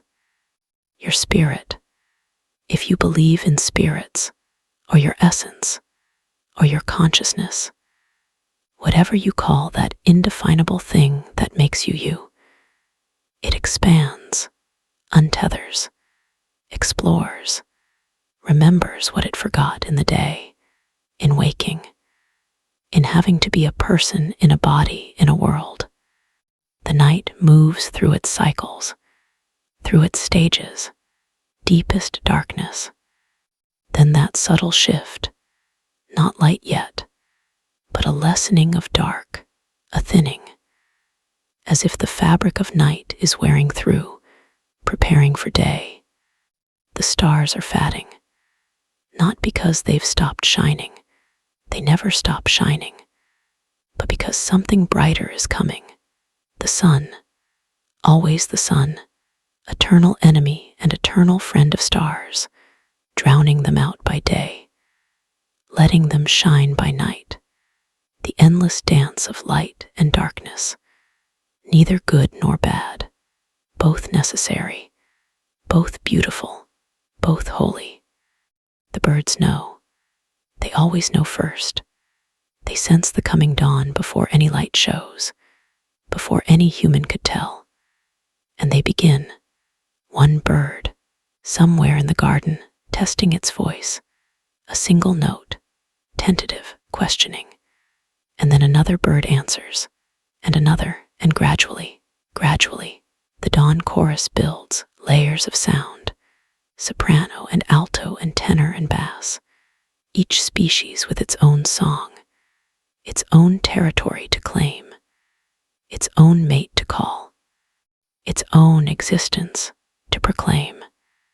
This is the most magical time, this threshold, This liminal space between night and day, between sleep and wake, between darkness and light. The ancient Celts called it a thin place, where the veil between worlds is thinnest, where magic is possible, where transformation happens, and you, still sleeping, but less deeply now, rising slowly through the layers of consciousness like a diver ascending from the depths, carefully, gradually, avoiding the bends. You begin to hear the birds, their songs entering your dreams, becoming part of your dreams, and slowly, so slowly, calling you back, calling you up, calling you toward waking. But there's no urgency, no alarm, no jarring interruption, just this gentle invitation, this soft summons. The world is waking. Would you like to wake with it? No pressure, no demand, just an offer, just a possibility. Your eyelids flutter, still closed but moving, rapid eye movement, REM sleep, dream sleep, the last stage before waking. And behind your closed eyes, you see light. The quality of light is changing. Even through your eyelids, even in sleep, you can sense it. The sun is coming. The sun is near. Your breathing changes, becomes slightly faster, slightly shallower. Your heart rate increases, just a little, your body preparing, getting ready, but gently, naturally, the way it's designed to. No cortisol spike, no stress response, just natural emergence from sleep, the way waking should be, the way it used to be, before alarms, before obligations, before time became a tyrant. You stretch, still sleeping, or half sleeping. Your body knows what it needs, lengthening muscles, extending joints, increasing circulation. Cats do this, dogs do this, all animals do this. It's instinct, it's wisdom. It's the body's way of transitioning from rest to action. And then, so gradually you can't pinpoint the moment, your eyes open, just a little, just enough to see, soft, unfocused seeing. And the first thing you see is light, golden light, warm light, dawn light filtering through the glass roof of the conservatory, catching on the hanging plants, on the orchids, on the water droplets that formed overnight on the glass, on everything, making everything glow, making everything new. You blink slowly, and your vision clears, and you see the conservatory in dawn light. And it's different from how it was last night. Not less beautiful, differently beautiful, softer, gentler, hazier. The morning mist has found its way in through the open windows, creating layers, veils of vapor, and the light cuts through it, creating beams, visible shafts of illumination, solid-looking, as if you could climb them, as if they're ladders leading to heaven. You don't move yet, you just lie there, comfortable, warm, rested, so deeply rested, and you notice, you feel different, lighter, clearer, more yourself, as if sleep has washed something away. Some accumulation, some residue you didn't know was there, and now it's gone, and you're cleaner, purer, more essential. There's no grogginess, no confusion, no that awful feeling of being dragged from sleep before you're ready, just clarity, presence, peaceful wakefulness. You slept enough, exactly enough. Your body knew, your body decided. And now you're awake, and it's perfect. This is perfect. You sit up, slowly, and the blanket falls away. and you stretch again, arms overhead, arching your back. And oh, it feels good. Muscles responding, joints moving smoothly. No pain, no stiffness, just fluid, easy movement, as if you've been oiled, as if all the rust has dissolved in the night, leaving only smooth function. Standing, you notice your bare feet on the terracotta tiles. When did you take off your shoes? You don't remember, but they're there, neatly placed by the day bed.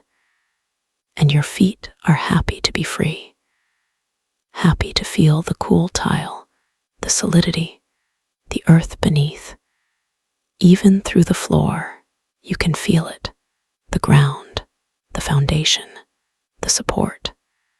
You walk to one of the windows, one that's propped open, and you lean out slightly, breathing in the morning air, and it's incredible, cool and fresh and clean, washed clean by the night, by the dew, by the mysterious alchemy that happens between dark and light. It smells green, growing, alive, and underneath, the scent of roses. They're strongest in the morning, before the sun gets high, before the heat. Now is when they pour out their perfume most generously. Outside, the garden is revealed, transformed, the same garden as last night, but shown in different light. What was mysterious is now clear. What was hidden is now visible. What was silver and shadow is now gold and green. The lawn with all its candles, most are burned out now, extinguished, their wax pooled at the bottom of the glass containers. But here and there, incredibly, a few still burn, faithful flames that lasted the night, kept their vigil, and you're moved by this, by their persistence, by their dedication to giving light. Even when no one watches, even when everyone sleeps, the pond is like a mirror, perfectly still, reflecting the dawn sky, which is spectacular, layers of color. At the horizon where the sun is just below, just about to rise, there's coral, bright coral, and above that, peach, and then pink, and then lavender, and then blue, the palest blue, morning blue, hopeful blue, gradually deepening into the full blue of day. And the trees, silhouetted against the sky, dark, dramatic, their branches spreading like fractals, like veins, like rivers, like lightning frozen, natural geometry, perfect mathematical beauty, growing wild, untaught, unknowing, just being what trees are, what trees do, reaching up, reaching out, connecting earth and sky. Birds are everywhere, moving through the branches, hopping on the grass, flying between trees, so busy, so purposeful. This is their time, feeding time, before the heat of day, while insects are still sluggish with dew, while worms are still near the surface. This is when birds do their work, and their work is living, is eating, is singing, is being birds. And they do it with such commitment, such presence, such absolute engagement. You watch a robin, its red breast catching the light, hopping across the lawn, stopping, listening, head tilted, and then striking, pulling up a worm, successful, and it flies off, breakfast, or maybe breakfast for chicks, for bobbies waiting in a nest, for the next generation. Life feeding life, the great chain, the great web, everything connected, everything feeding everything else in some way. The fountain, the large fountain in the main area, you can see it from here, is still flowing. Of course it's still flowing. And its water catches the dawn light, turns golden, turns to liquid light, flowing, always flowing, and you realize you could watch this forever. Just this, just water and light and the eternal interaction between them. But there's more to see. You remember, the garden is large. You explored some last night, but not all. There are paths you didn't take, areas you didn't reach, and now, in morning light, you want to see them, want to discover what else is here, what other gifts this place offers. You turn from the window, looking for your shoes, and as you do, you notice, on the table, next to where that book of poetry was, there's a tray, and on it, a pot of tea, steaming, freshly made, though you saw no one, heard no one, and next to the tea, a cup, simple ceramic, beautiful in its simplicity, and a small plate with, you look closer, honey cakes. They look like shortbread but darker, made with honey and maybe oats. And there are strawberries, fresh, bright red, perfect, with their green caps still attached. You don't question it. You've learned, in this place, not to question, just to accept, just to receive. This is a gift, offered freely, and you take it, gratefully. You pour the tea, and the scent rises, chamomile, and something else, lemon balm perhaps, and honey. It's already sweetened, perfectly, as if whoever made it knows exactly how you like it. And maybe they do. Maybe this place knows. Maybe the garden itself knows what each visitor needs. You sip, and it's perfect. Exactly the right temperature. Not too hot, not too cool, just right. And the taste, soothing, calming, but also reviving. Bringing you more fully awake, more fully present, more fully here. You take a honey cake, bite into it, and the texture is perfect, crisp outside, tender inside, and the taste, subtly sweet, the honey flavor prominent but not overwhelming, and there are oats. You can taste them, and maybe nuts, ground almonds perhaps. It's nourishing, substantial, real food, not empty, but full of energy, of intention, of care. The strawberries, you try one, and it's the best strawberry you've ever tasted, truly, not an exaggeration. Sweet, but also tart, juicy, flavorful, the way strawberries used to taste. The way they taste when they're picked ripe, when they haven't traveled thousands of miles, when they've grown in good soil under attentive care, when they're given what they need: time, sun, water, love. You eat standing by the window, looking out, sipping tea, nibbling honey cakes, eating strawberries, and it's meditation, it's prayer, it's gratitude made physical. Each bite, each sip is thank you, thank you, thank you. When you finish, you set the cup down, and you put on your shoes, and you check, instinctively, for your things. But you have no things here. You came with nothing. You need nothing. The garden provides. The garden offers. And you receive. It's that simple, that pure, that uncomplicated. You walk to the door of the conservatory, the one you entered through last night, a lifetime ago, though it was only hours. But how much has changed in those hours? How much has shifted, settled, resolved? You open the door, and you step out, into the morning, into the garden, into the new day. The air, oh, the air. It's like drinking, like eating, like breathing for the first time, cool, fresh, alive. And everything is covered in dew, every surface, every blade of grass, every petal, every leaf, sparkling, diamonds everywhere, as if the garden is wearing jewels, as if it dressed up for dawn, for you. Your feet on the path, your shoes, they're wet within steps, but you don't care.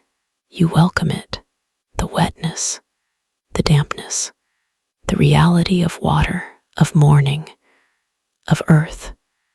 You walk back toward the fountain, drawn to it again, as if it's the heart, the center, the place from which everything radiates. And as you approach, you see, there are new flowers open now, flowers that were closed last night, morning glories, climbing up a nearby trellis, their trumpet shapes open wide, faces turned to where the sun will rise, purple and blue and pink, waiting, greeting, celebrating. And daylilies, their flowers fresh, perfect, bright, yellow and orange and red. Though they'll only last this one day, they'll close tonight and never open again. New flowers tomorrow. But these blooms, they're giving everything today, holding nothing back, no saving themselves, just full expression, full beauty, full presence for this one day, their day. There's a lesson in that, you think, in the daylilies. Something about not holding back, not saving your best for some future that might never come, just being fully now, giving what you have to give, shining as bright as you can while you can, because that's all any of us can do. Bloom when it's our time, bloom fully, and then let go, and trust the next bloom will come. You reach the fountain, and you sit on one of the stone benches, the same one as last night perhaps, or maybe different.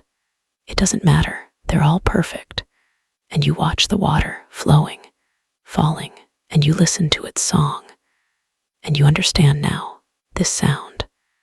It's been here all night, all through your sleep, entering your dreams, entering your unconscious, working on you, healing you, retuning you, like music therapy, like sound healing, the frequency of water, the resonance of flow, realigning something in you that had gotten out of alignment. The sky is brightening rapidly now, the colors intensifying. And then, there, at the horizon, the first glimpse, the first edge of the sun.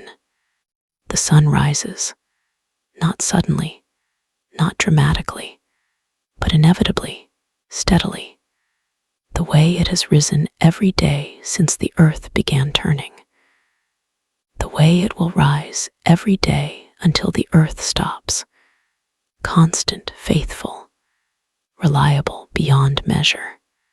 Just the edge first, a sliver of brilliant gold, almost too bright to look at. And yet you can't look away. None of us can when the sun rises.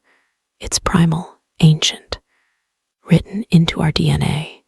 This recognition, this reverence, this knowing that the sun means life, warmth, continuation, another day, another chance, another beginning.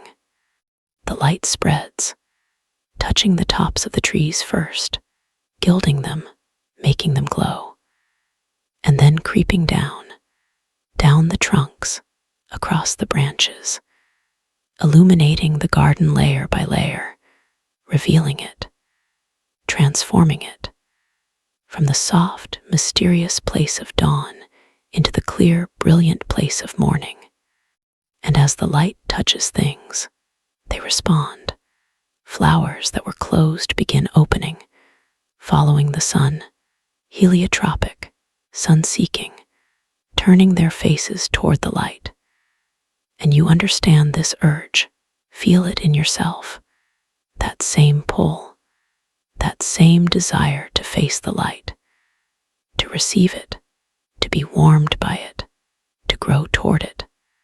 The bird's chorus intensifies, reaches its peak. Dozens of species all singing at once, claiming territories, attracting mates, proclaiming existence. And it should be cacophony, should be noise. But somehow it's harmony. Somehow it all weaves together into a symphony, each bird adding its voice to the whole, creating something larger, something more beautiful than any single song could be. A blackbird lands on the fountain's edge, not 5 feet from you, and it drinks, dipping its yellow beak into the water, tipping its head back to swallow. Once, twice, 3 times, and then it bathes, splashing vigorously, water flying everywhere, droplets catching the light like tiny suns, like stars scattered. And the bird's joy is evident, palpable. This is pleasure, this is delight. This simple act of water on feathers, cleaning, refreshing, renewing. You smile, watching, and the bird seems unconcerned by your presence. Perhaps it knows. Perhaps all the creatures here know that this is a safe place, a sanctuary where humans are guests, visitors, observers, but not threats, not dangers, just other beings, sharing space, sharing time, sharing this morning. The blackbird finishes, shakes itself vigorously, water droplets flying, and then it flies off, landing in a nearby tree, and immediately begins to sing that beautiful melodious song, clear notes rising and falling. A song that sounds almost melancholy, but isn't, is just profound, meaningful, full of something you can't name but recognize. Beauty, yes, but more than beauty, soul, perhaps, spirit. The ineffable thing that makes music more than sound. That makes it communication, communion, connection. You stand, your body wanting to move, to explore, to see more of this garden in daylight. And as you do, you notice, truly notice, how good you feel physically. Your body feels rested, restored, supple, strong. The sleep, that deep healing sleep, has done its work. You can feel it in every cell, every tissue, every system, everything functioning better, clearer, more efficiently. And mentally, emotionally, there's a clarity, a spaciousness, as if your mind has been cleaned, decluttered. All the unnecessary thoughts, the repetitive worries, the circular thinking, it's gone, or at least quiet, pushed to the background. And what's left is presence, awareness, the ability to be here, now, fully, without your attention constantly being pulled to past or future, to should have or need to. Just this, just now. You choose a path, the one leading to the right, past the fountain, away from where you've been, toward unexplored territory, and you follow it, your feet finding their rhythm, walking meditation, each step deliberate, conscious, feeling the ground beneath, the stone path, solid, real, anchoring you to earth while your spirit feels light, expansive, free. The path winds through a rose garden. You didn't see this last night, or perhaps you did, but couldn't appreciate it in darkness. But now you see. Roses everywhere, climbing roses covering arches overhead, creating tunnels of flowers, shrub roses forming hedges on either side, beds of hybrid teas, each bloom perfect, exhibition worthy, and old roses, heritage varieties, with that intense fragrance modern roses sometimes lack, filling the air with perfume so thick you could swim in it. The colors, every color roses can be, deep crimson that's almost black, blood red, pink in every shade from palest blush to hot magenta, white, cream, yellow ranging from soft primrose to deep gold, orange, coral, even lavender. Some blooms are single, 5 petals, simple, elegant.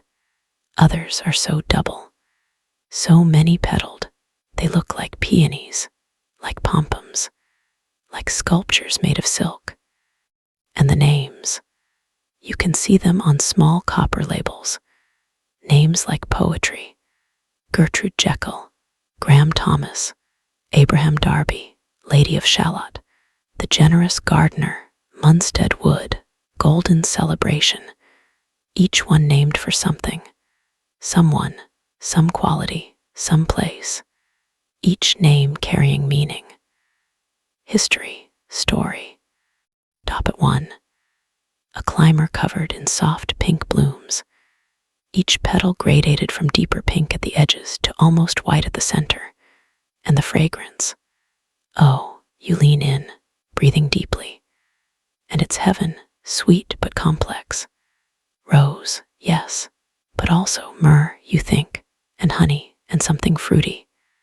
Raspberry, perhaps, layers of scent, revealing themselves slowly. The longer you breathe, the more you smell. Infinite depth in something so seemingly simple as a rose. There's a bench here too.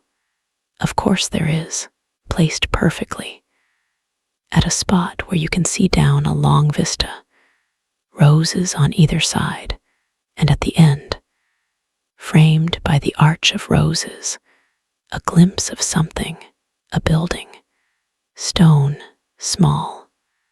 What is it? You sit, not because you're tired, but because beauty this intense requires stillness, requires time, requires presence. You can't rush through a rose garden. You can't hurry past this much loveliness. It would be sacrilege. It would be missing the point. It would be doing exactly what you came here to stop doing. Rushing, pushing, always moving toward the next thing without fully experiencing this thing. So you sit and you look, really look, at the roses, at the play of light on petals, at the bees already at work, moving from bloom to bloom, their legs heavy with pollen, golden pollen, their purpose clear, their work essential. Without them, no seeds, no fruit, no future roses. They're not decoration. They're the engine, the mechanism, the workers that make fertility possible. And butterflies, several, fluttering past, landing, sipping nectar, their wings opening and closing slowly. Peacock butterflies with those eye spots, red admirals with their distinctive markings, and there, a painted lady, delicate, beautiful, having migrated thousands of miles to be here, born somewhere far away, following instinct, following the ancient pathways, arriving here, at this garden, at this moment, sharing this morning with you. Everything is connected, you think. Everything affects everything else. The roses need the bees need the flowers. The butterflies travel between gardens, between countries, between continents, carrying pollen, spreading life, and you're here, witnessing it, part of it, breathing the same air, warmed by the same sun, existing in the same web, the same vast, intricate, beautiful web of life. Time passes. You don't know how much. The sun climbs higher. The light changes from golden to white, from dawn light to morning light. And you stir, eventually, naturally, ready to move on, to see what's at the end of this rose-lined path. What that building is. You stand, you walk, and the roses give way gradually. Fewer plants, more space between, until you emerge into an open area. And there it is, the building you glimpsed. It's a chapel, small, ancient, made of the same weathered stone as the walls you first saw, as the fountain, as everything here. Stone that's been here so long it seems to have grown from the earth rather than been placed upon it. The chapel is simple. No ornamentation, no stained glass, no tower, just 4 stone walls, a pitched roof of old slate, dark with age and lichen, and a wooden door, arched, heavy with iron hinges. The kind of door that speaks of centuries, of prayers said by countless people, of sanctuary offered, of quiet kept. Around the chapel, a small graveyard, but not sad, not gloomy, peaceful.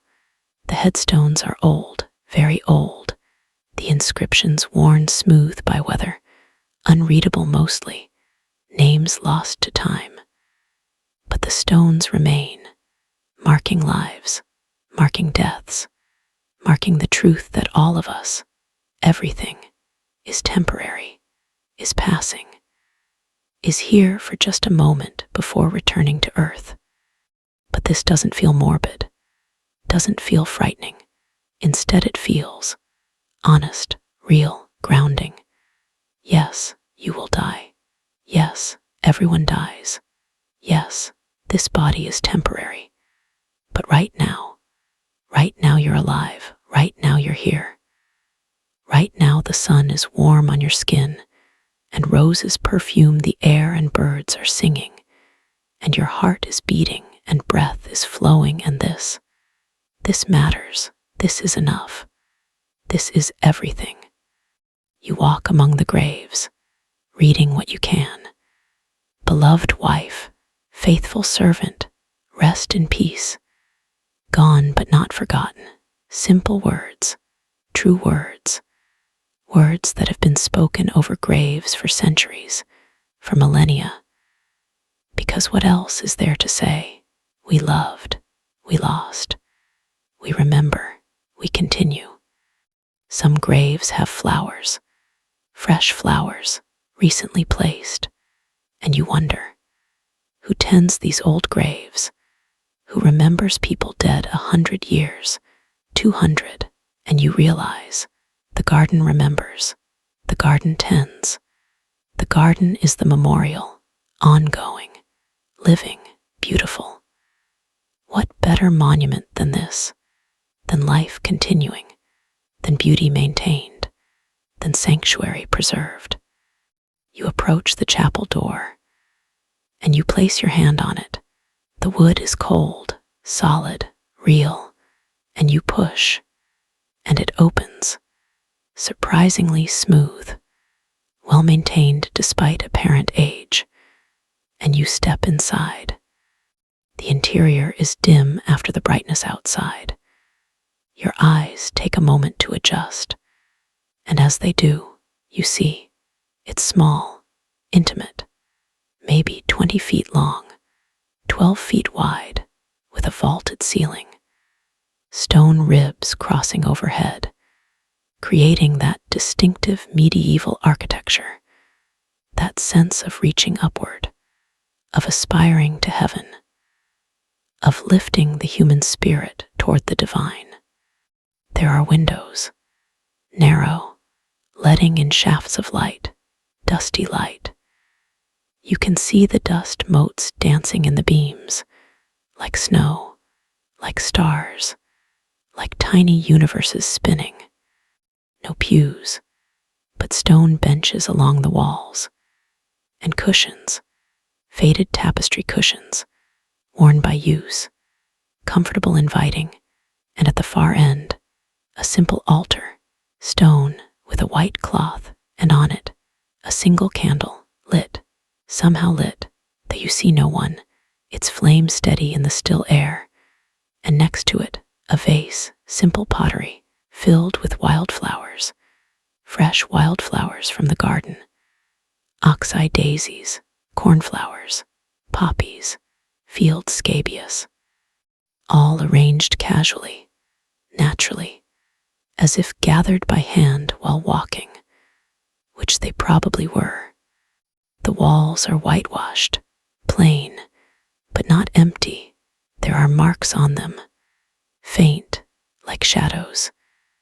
And as your eyes adjust more, you see they're paintings, very old paintings, medieval perhaps, frescoes, mostly faded, mostly gone, but traces remain.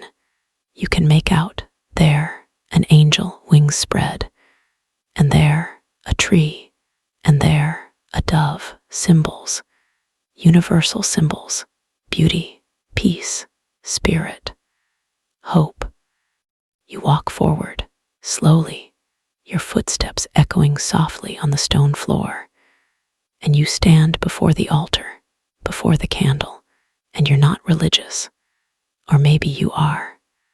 Or maybe it doesn't matter, because this isn't about belief. This is about presence, about acknowledging something larger than yourself, about recognizing mystery, holiness, the sacred dimension of existence. You could pray if you wanted, if you knew how, if you had words, but you don't, and that's okay. Silence is enough. Presence is prayer, being here, fully here. That's the offering. That's the devotion. Just this, just now, just awareness. Candle flame flickers slightly, though there's no breeze, and you watch it, mesmerized, the way humans have watched flames since we first discovered fire, since we first gathered around it for warmth, for light, for protection, for community. Fire, the original technology, the original magic, transforming matter into light and heat, solid into energy, demonstrating the fundamental truth that everything is energy, everything is transformation, everything is change. And yet the flame remains, seems to remain, constant, while actually it's constantly changing, constantly consuming, constantly dying and being reborn. Each moment a new flame, looking identical, but actually completely different, like you, like everything. Nothing static, nothing permanent, everything flow, everything process, everything becoming. You sit on one of the stone benches. The cushion is soft beneath you, and you lean back against the cold stone wall, and you close your eyes, and you breathe, and you listen to the silence, which isn't silent, which is full, full of small sounds, the creak of old wood, the whisper of air moving through narrow windows, the distant bird song, faint, barely audible, and your own breath, your own heartbeat, the rush of blood in your ears, the sound of being alive. How long do you sit there? You don't know. Time has lost meaning again, or never had it.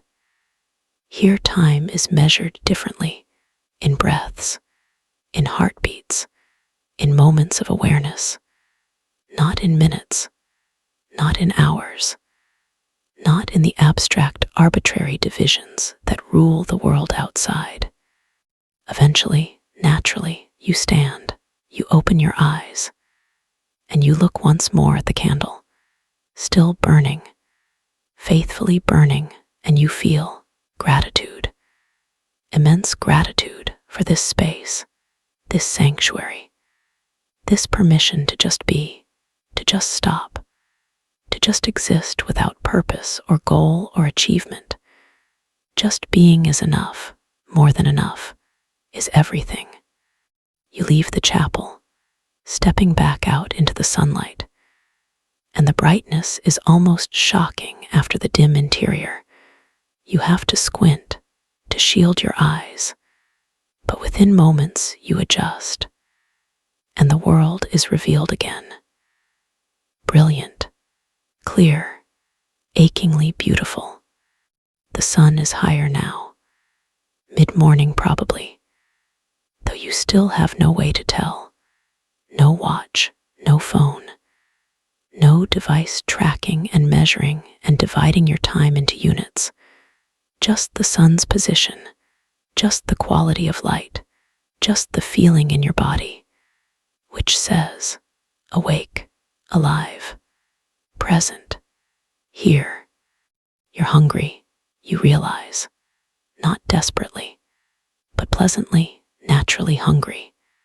The way hunger should be, just your body signaling, fuel needed, system requiring sustenance.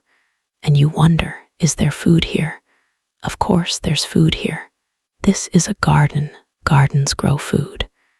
And besides, there was breakfast in the conservatory, mysteriously provided. So there will be something, somewhere. You follow a different path, away from the chapel, away from the roses, exploring, discovering. And you come to the kitchen garden, the walled garden you visited last night. But it looks different in daylight. The vegetables more visible, the order more apparent, the abundance more obvious. It is open, inviting, and you enter, and you see, on that central fountain, the one with the bell-like sound, there's a basket, woven willow, and in it, food, bread, crusty bread, freshly baked, you can smell it.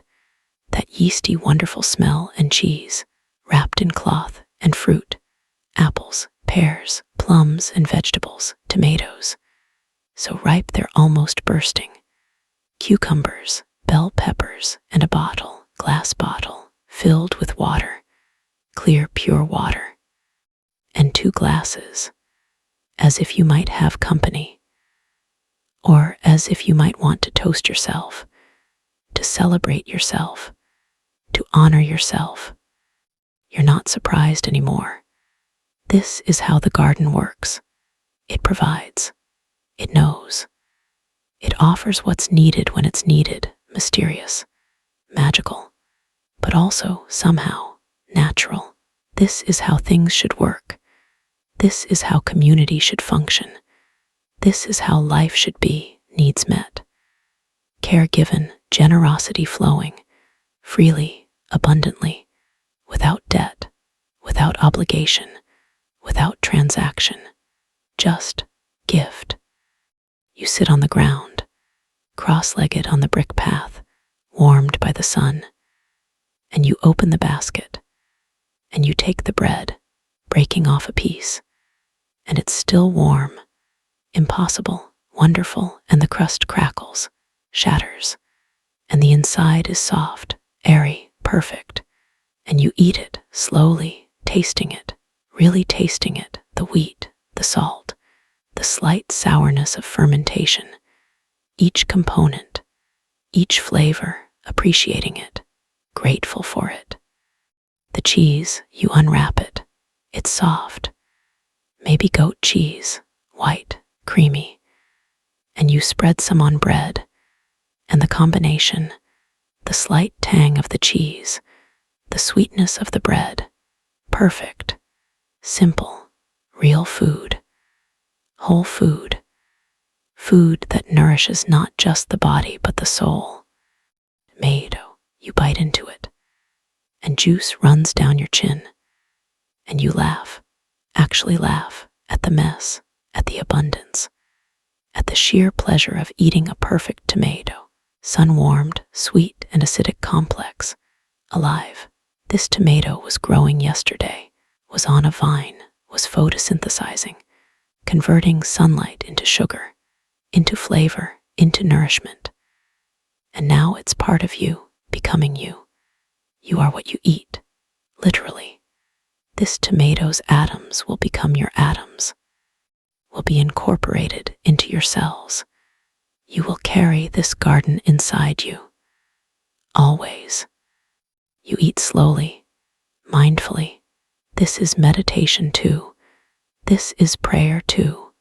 This appreciation, this attention, this reverence for the simple act of eating, of nourishing yourself, of receiving what the earth offers, what the garden provides, what life gives. Between bites, you look around, really seeing the walled garden in daylight, the espalier trees on the walls. You can see now they're perfectly trained, every branch at exactly the right angle, tied carefully, tended with skill and patience and love. And the vegetable beds, not a weed visible, but not sterile either, not that aggressive tidiness that kills everything that isn't planned, but rather balanced, managed but not controlled, guided but not forced. And you see, there are beneficial insects everywhere, ladybugs on the beans, eating aphids, keeping pests in check naturally, and lacewings, delicate green things with gossamer wings, and hoverflies, looking like bees, but not bees, all doing their work, their crucial work, keeping balance, keeping health, keeping the garden ecosystem functioning. This is permaculture, you think, or something like it, working with nature, not against it, observing, learning, cooperating, rather than dominating, controlling, forcing. What if life could be like this? What if we could approach everything like a garden, tending, nurturing, trusting, allowing, providing what's needed, removing what's harmful, but mostly just being present, being attentive, being patient, letting things grow, letting things become. You finish eating, surprisingly little, your stomach seems smaller, or perhaps just satisfied more easily when you eat real food, whole food, food with life force still in it. You don't need as much. Don't crave more. Your body knows. Your body recognizes. This is enough. This is good. This is right. You pack the remaining food back into the basket, leaving it on the fountain edge. Perhaps someone else will come. Perhaps someone else needs it. Or perhaps it will simply remain, an offering, a gift continuously given. You stand, brushing crumbs from your lap, and a sparrow swoops down, landing right where you were sitting, pecking at the crumbs, and then another sparrow, and another, until there's a small flock chittering to each other, sharing the crumbs, sharing the blessing, and you're glad you could provide, glad you could be part of the cycle, receive from the garden, share with the birds, everything connected, everything flowing. You leave the walled garden, passing through the gate, pulling it closed behind you, gently, respectfully, and you continue exploring. The garden seems endless. Every path leads to something new. Every turn reveals another wonder, another quiet corner, another perfect spot. You find a wild meadow, left unmowed, allowed to grow, grasses to their full height, seed heads forming, and flowers, so many wildflowers, scattered through the grass like embroidery, like stars, oxeye daisies, their white petals bright, knapweed in purple, yarrow in white and pink, bird's foot trefoil like tiny suns, clover, both red and white, and buttercups, still blooming even this late, their petals glossy, reflecting light like tiny mirrors. Meadow hums, literally hums, with insects, bees, many kinds of bees, honeybees, yes, but also bumblebees, their fat furry bodies, and solitary bees, mining bees, mason bees, hundreds of species, each one essential, each one doing its work, and butterflies, dozens of them floating through, landing, feeding, and grasshoppers. You can hear them, that distinctive sound, jumping away as you walk through, and beetles, and flies, and moths, day-flying moths. All the creatures that depend on these wild spaces, that need these unmowed, unsprayed, untamed areas to survive, to thrive, to exist. And you realize this is what's missing in the world outside, in the managed, manicured, controlled landscapes. This wildness, this diversity, this abundance of life, we've tidied it away. We've killed it with chemicals and mowing, with our need for order, for control, for neatness. And in doing so, we've impoverished ourselves. We've created silence where there should be humming. We've created emptiness where there should be fullness. We've created death where there should be life. But here it remains. Here it thrives. Here the garden shows you what could be, what should be, what still is, in places where wildness is valued, where nature is trusted, where life is honored. You walk through the meadow, the grasses brushing against your legs, seeds catching on your clothes, and you welcome it. Welcome being touched by the wild things. Welcome carrying their seeds with you, becoming part of their dispersal, their propagation, their continuation. On the far side of the meadow, there's a hill, gentle, rising, and on top, a single tree, ancient, massive, oak, maybe, or beech. You can't quite tell from here. But old, definitely old, centuries old, maybe more, its canopy spreading wide, offering shade, offering shelter, offering presence. You're drawn to it. Of course you're drawn to it. Trees like this are magnets. They pull at something deep, something primal, some ancient memory of seeking shelter under branches, of finding safety in groves, of recognizing trees as elders, as teachers, as beings worthy of respect and reverence. The walk up the hill is easy, your body strong, capable, moving without effort, without strain. And as you climb, the view opens up behind you, and you stop, turn, and look back. The garden spreads below, vast, beautiful. You can see it all from here.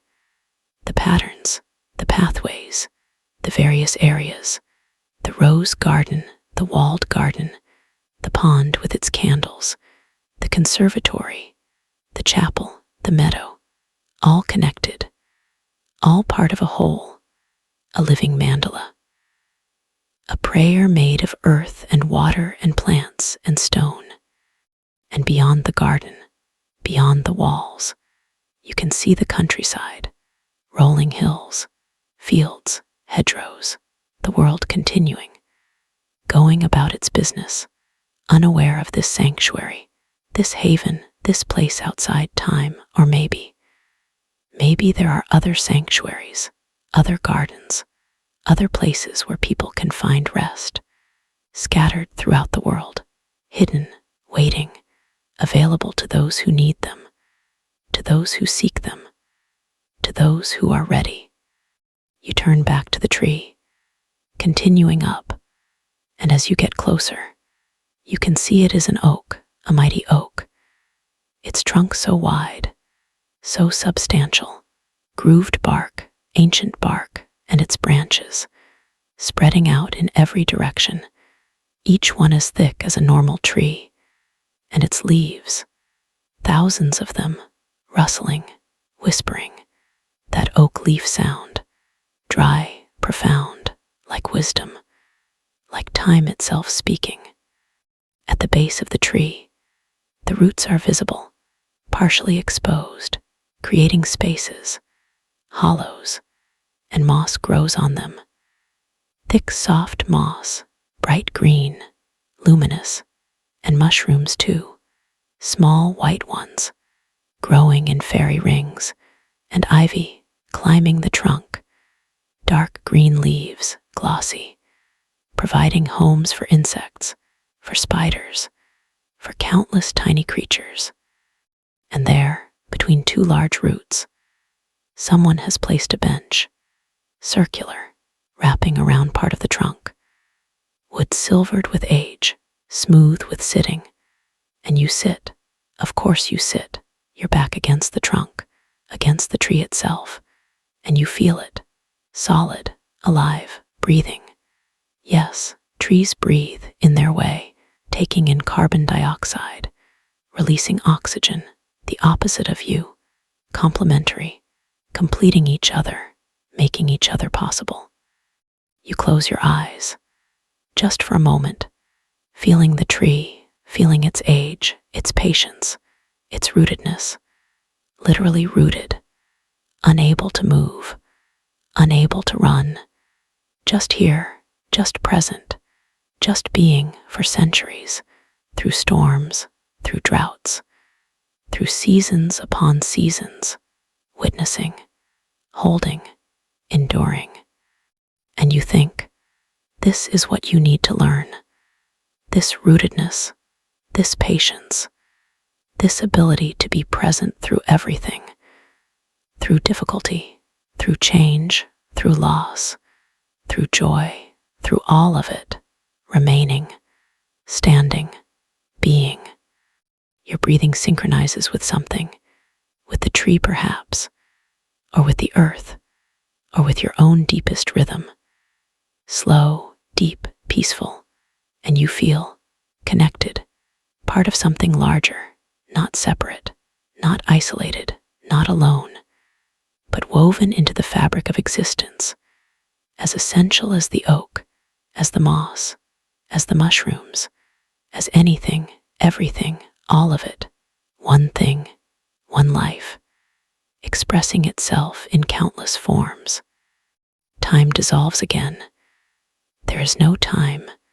There's only this moment, eternal, ongoing, the present moment that's always here, always now, always available, if you stop, if you breathe, if you remember.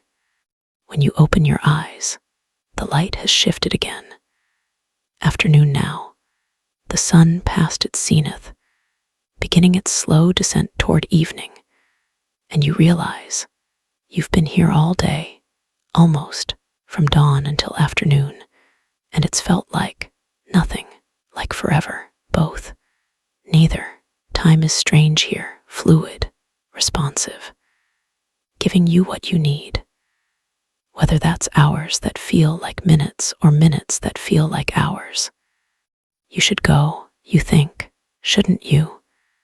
There are things to do, responsibilities, obligations. The world outside continues, needs you, expects you, doesn't it? But even as you think this, you feel the resistance, the reluctance. Not yet, not yet. Something isn't finished. Something remains. Some final gift the garden wants to give. Some final lesson. Some final grace. You stand, touching the oak trunk one more time, feeling its solidity, its presence. Thank you, you whisper, though you're not sure if you whisper aloud or just in your heart. Thank you. You walk back down the hill, through the meadow, and your feet find a path, a different path, one you haven't taken, leading, where, you don't know, but you follow, trusting, The garden has not led you wrong yet, will not lead you wrong now. The path narrows, becomes more wild, less maintained, grass growing between stones, and it leads into a wooded area, trees close on either side, creating a canopy, filtering the light, creating that particular green dimness that exists only in forests, only under leaves. And there, ahead, you hear it, water, not the fountain, different, natural, moving water, a stream, and the path leads to it. And you emerge from the trees onto its bank. The stream is narrow, maybe 6 feet across, but clear, so clear you can see every stone on the bottom, every piece of gravel, every water plant. And it flows, always flows, over rocks, around bends, creating that sound, that perfect burbling, that water music. That has soothed humans since we first evolved, since we first recognized water as life, as source, as sacred. There are ferns here, growing thick along the banks, their fronds unfurling, and there are stepping stones, flat rocks placed across, creating a way to cross. And you do, carefully, stepping stone to stone, the water flowing beneath, cold, pure, and you make it across to the other side. And there you see it, something you hadn't seen anywhere else in the garden, a door, in a hill, a small wooden door, set into the earth itself, round, like a hobbit hole, like something from a story, from a dream, and above it, carved into the lintel stone, words. You lean close, reading, and they say, "The journey inward leads home." Your heart beats faster. This is it. This is what you were meant to find. You know it, feel it, without understanding how or why, just knowing. The way you sometimes know things, beyond logic, beyond reason, just true knowing, direct knowing. You reach for the handle, brass, like all the others, but smaller, more delicate, and you turn it, and the door opens inward, into darkness, into earth, and you should be afraid, should hesitate, but you're not, you don't. You step forward, you step in, you step down. There are steps, stone steps, spiraling down, and there's light, somehow, soft light, coming from, you can't tell. The walls themselves seem to glow slightly, phosphorescent, like the mushrooms, like bioluminescence, like magic, and it's enough to see, enough to descend, enough to continue, down, down, turning, spiraling, and the air grows cooler, damper, and you can smell earth, rich earth, ancient earth, and minerals, and water, underground water, and something else, something indefinable, something that smells like silence, like depth, like the womb of the world. The steps end, finally, and you're in a chamber, small, intimate, circular. The walls are stone, natural rock, and there are crystals embedded in them, quartz maybe, catching the dim light, creating tiny sparks, tiny stars, and the ceiling, you look up, is domed. Natural cave formation, beautiful, perfect. And in the center of the chamber, a pool, circular, dark, still, reflecting the dim light, like a mirror, like an eye, looking up, looking deep, looking both directions at once, in and out, up and down, past and future, all at once. You approach it, slowly, reverently. This is holy ground. You know it. Sacred space. The sacred space. The innermost sanctuary. The heart of the garden. Or perhaps, the heart of yourself. Perhaps there's no difference. Perhaps they're the same thing. Have always been the same thing. The pool's edge is smooth stone, worn by water, by time, and you kneel beside it, and you look into it, and at first you see nothing, just darkness, just depth. But gradually, as your eyes adjust, as you relax, as you open, you begin to see images forming in the water, or in your mind, or both. You can't tell. Visions, memories, possibilities, all swirling together. You see yourself, younger, older, different, the same. You see paths not taken, choices unmade, lives unlived, all existing somehow, all real, all you, in some dimension, some reality, some possible world. And you see others, people you've known, people you've loved, people you've lost, not as ghosts, not as hauntings, but as blessings, as gifts, as connections that remain, that never truly end, that exist beyond time, beyond space, beyond separation. And you see the garden, not as it is, but as it was, being created, being planted, being tended by countless hands, over countless years, generations of gardeners, each adding something, each caring for it, each passing it on, a living legacy, a continuous gift. And you see the garden as it will be, future, growing, changing, but essential, always essential, always here, always offering sanctuary to those who need it, to those who seek it, to those who find that ancient door, who read those words, who choose to enter.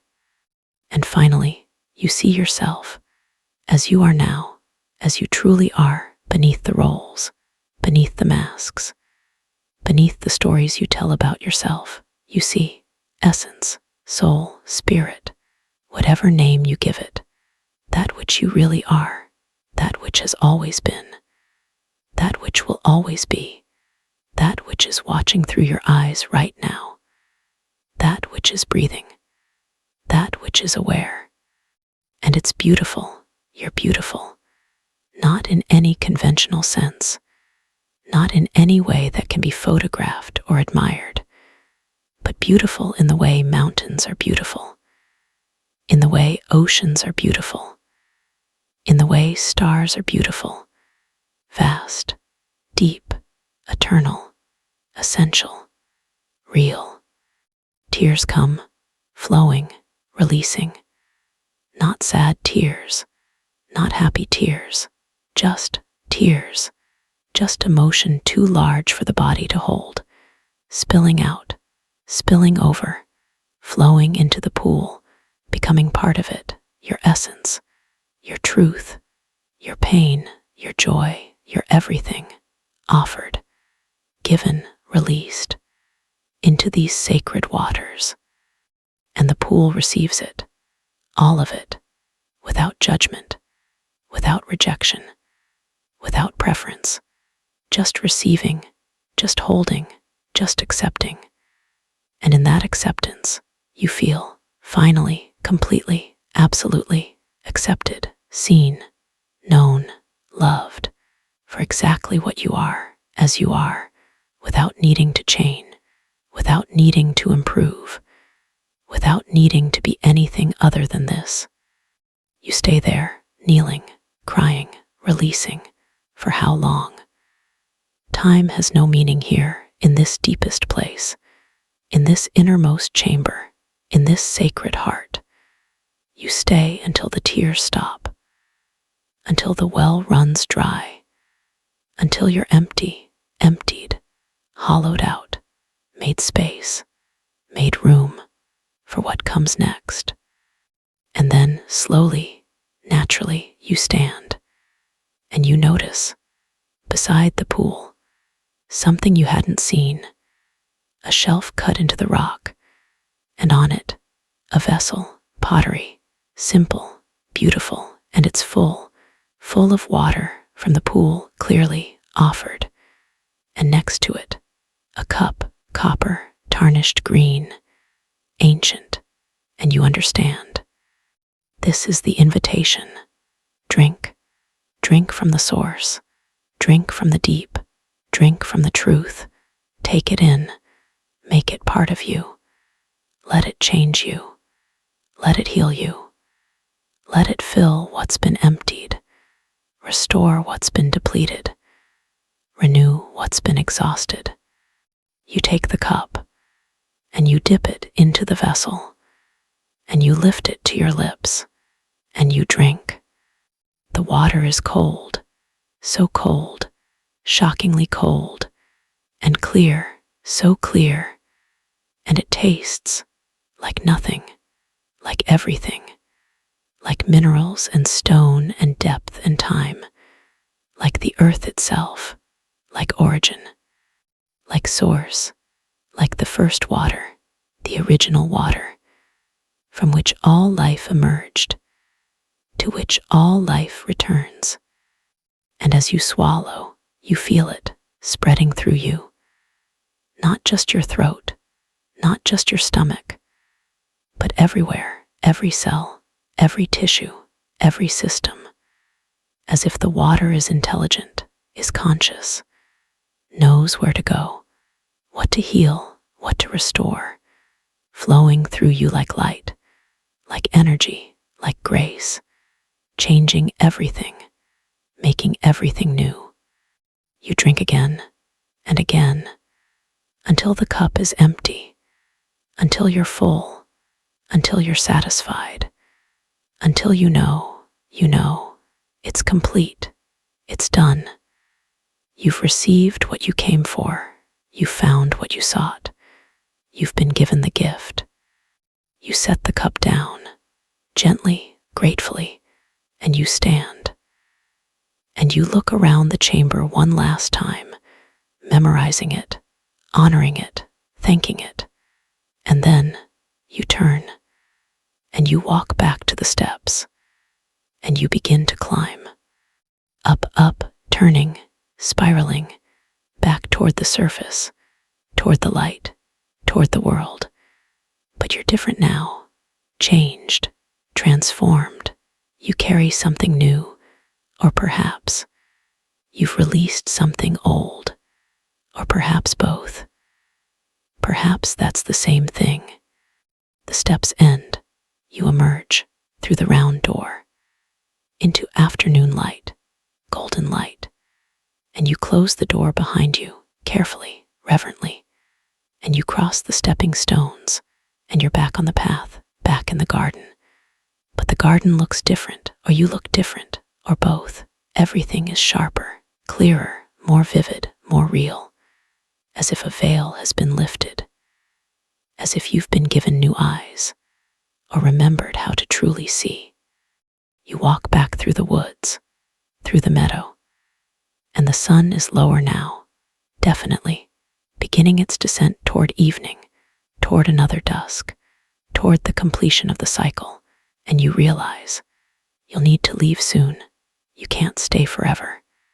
As much as you might want to, as much as this place offers, you have a life, a world, things to do, people to see, responsibilities, connections. And besides, you understand now, you can't live in the garden.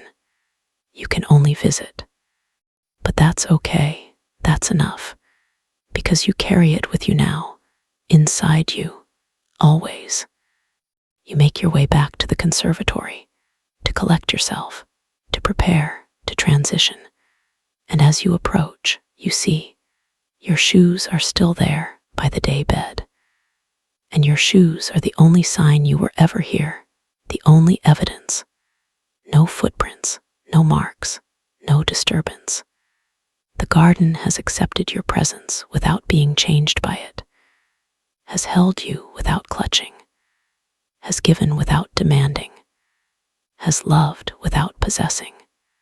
You stand in the conservatory, looking around, saying goodbye to the plants, to the space, to the safety, to the peace. Thank you. You whisper, thank you, thank you, thank you. And then you notice, on the table, next to where the tea was, where breakfast was, there's something else now, a small cloth bag, simple, linen, tied with string, and attached a note, your name on it, your actual name. How does the garden know your name? But of course it does. The garden knows everything, knows you, knows what you need, has always known. You pick up the note, unfold it, and read. Dear one, you came seeking rest, and rest you found. But know this, rest is not just something you find here.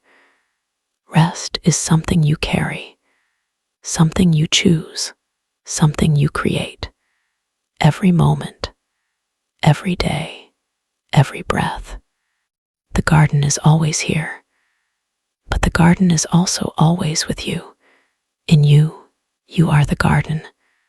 The peace you felt here, the safety, the beauty, the acceptance, all of it lives in you, has always lived in you, will always live in you.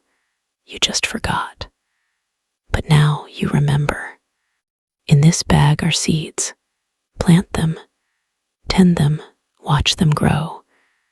And remember, you are planting yourself, tending yourself, watching yourself grow. Be patient, be gentle, be faithful. Trust the process, trust the seasons, trust the cycles. And when you forget, when you lose your way, when the world becomes too much, too loud, too demanding, too harsh, remember this place. Close your eyes, take a breath, and return in your mind, in your heart, in your spirit. The door is always open. You are always welcome. You are always home. Rest well, live well, be well. You are loved. You are enough. You are exactly what the world needs. Until you return, the garden waits. The garden watches. The garden holds you. Always. The note isn't signed. Doesn't need to be. It's from the garden, from the earth, from life itself, from the deeper intelligence that runs through everything, that connects everything, that loves everything into existence. You fold the note carefully, and you tuck it into your pocket, and you pick up the cloth bag, feeling the weight of the seeds inside. Promise, potential, future, and you hold it close, and you walk to the door, and you open it, and you step out.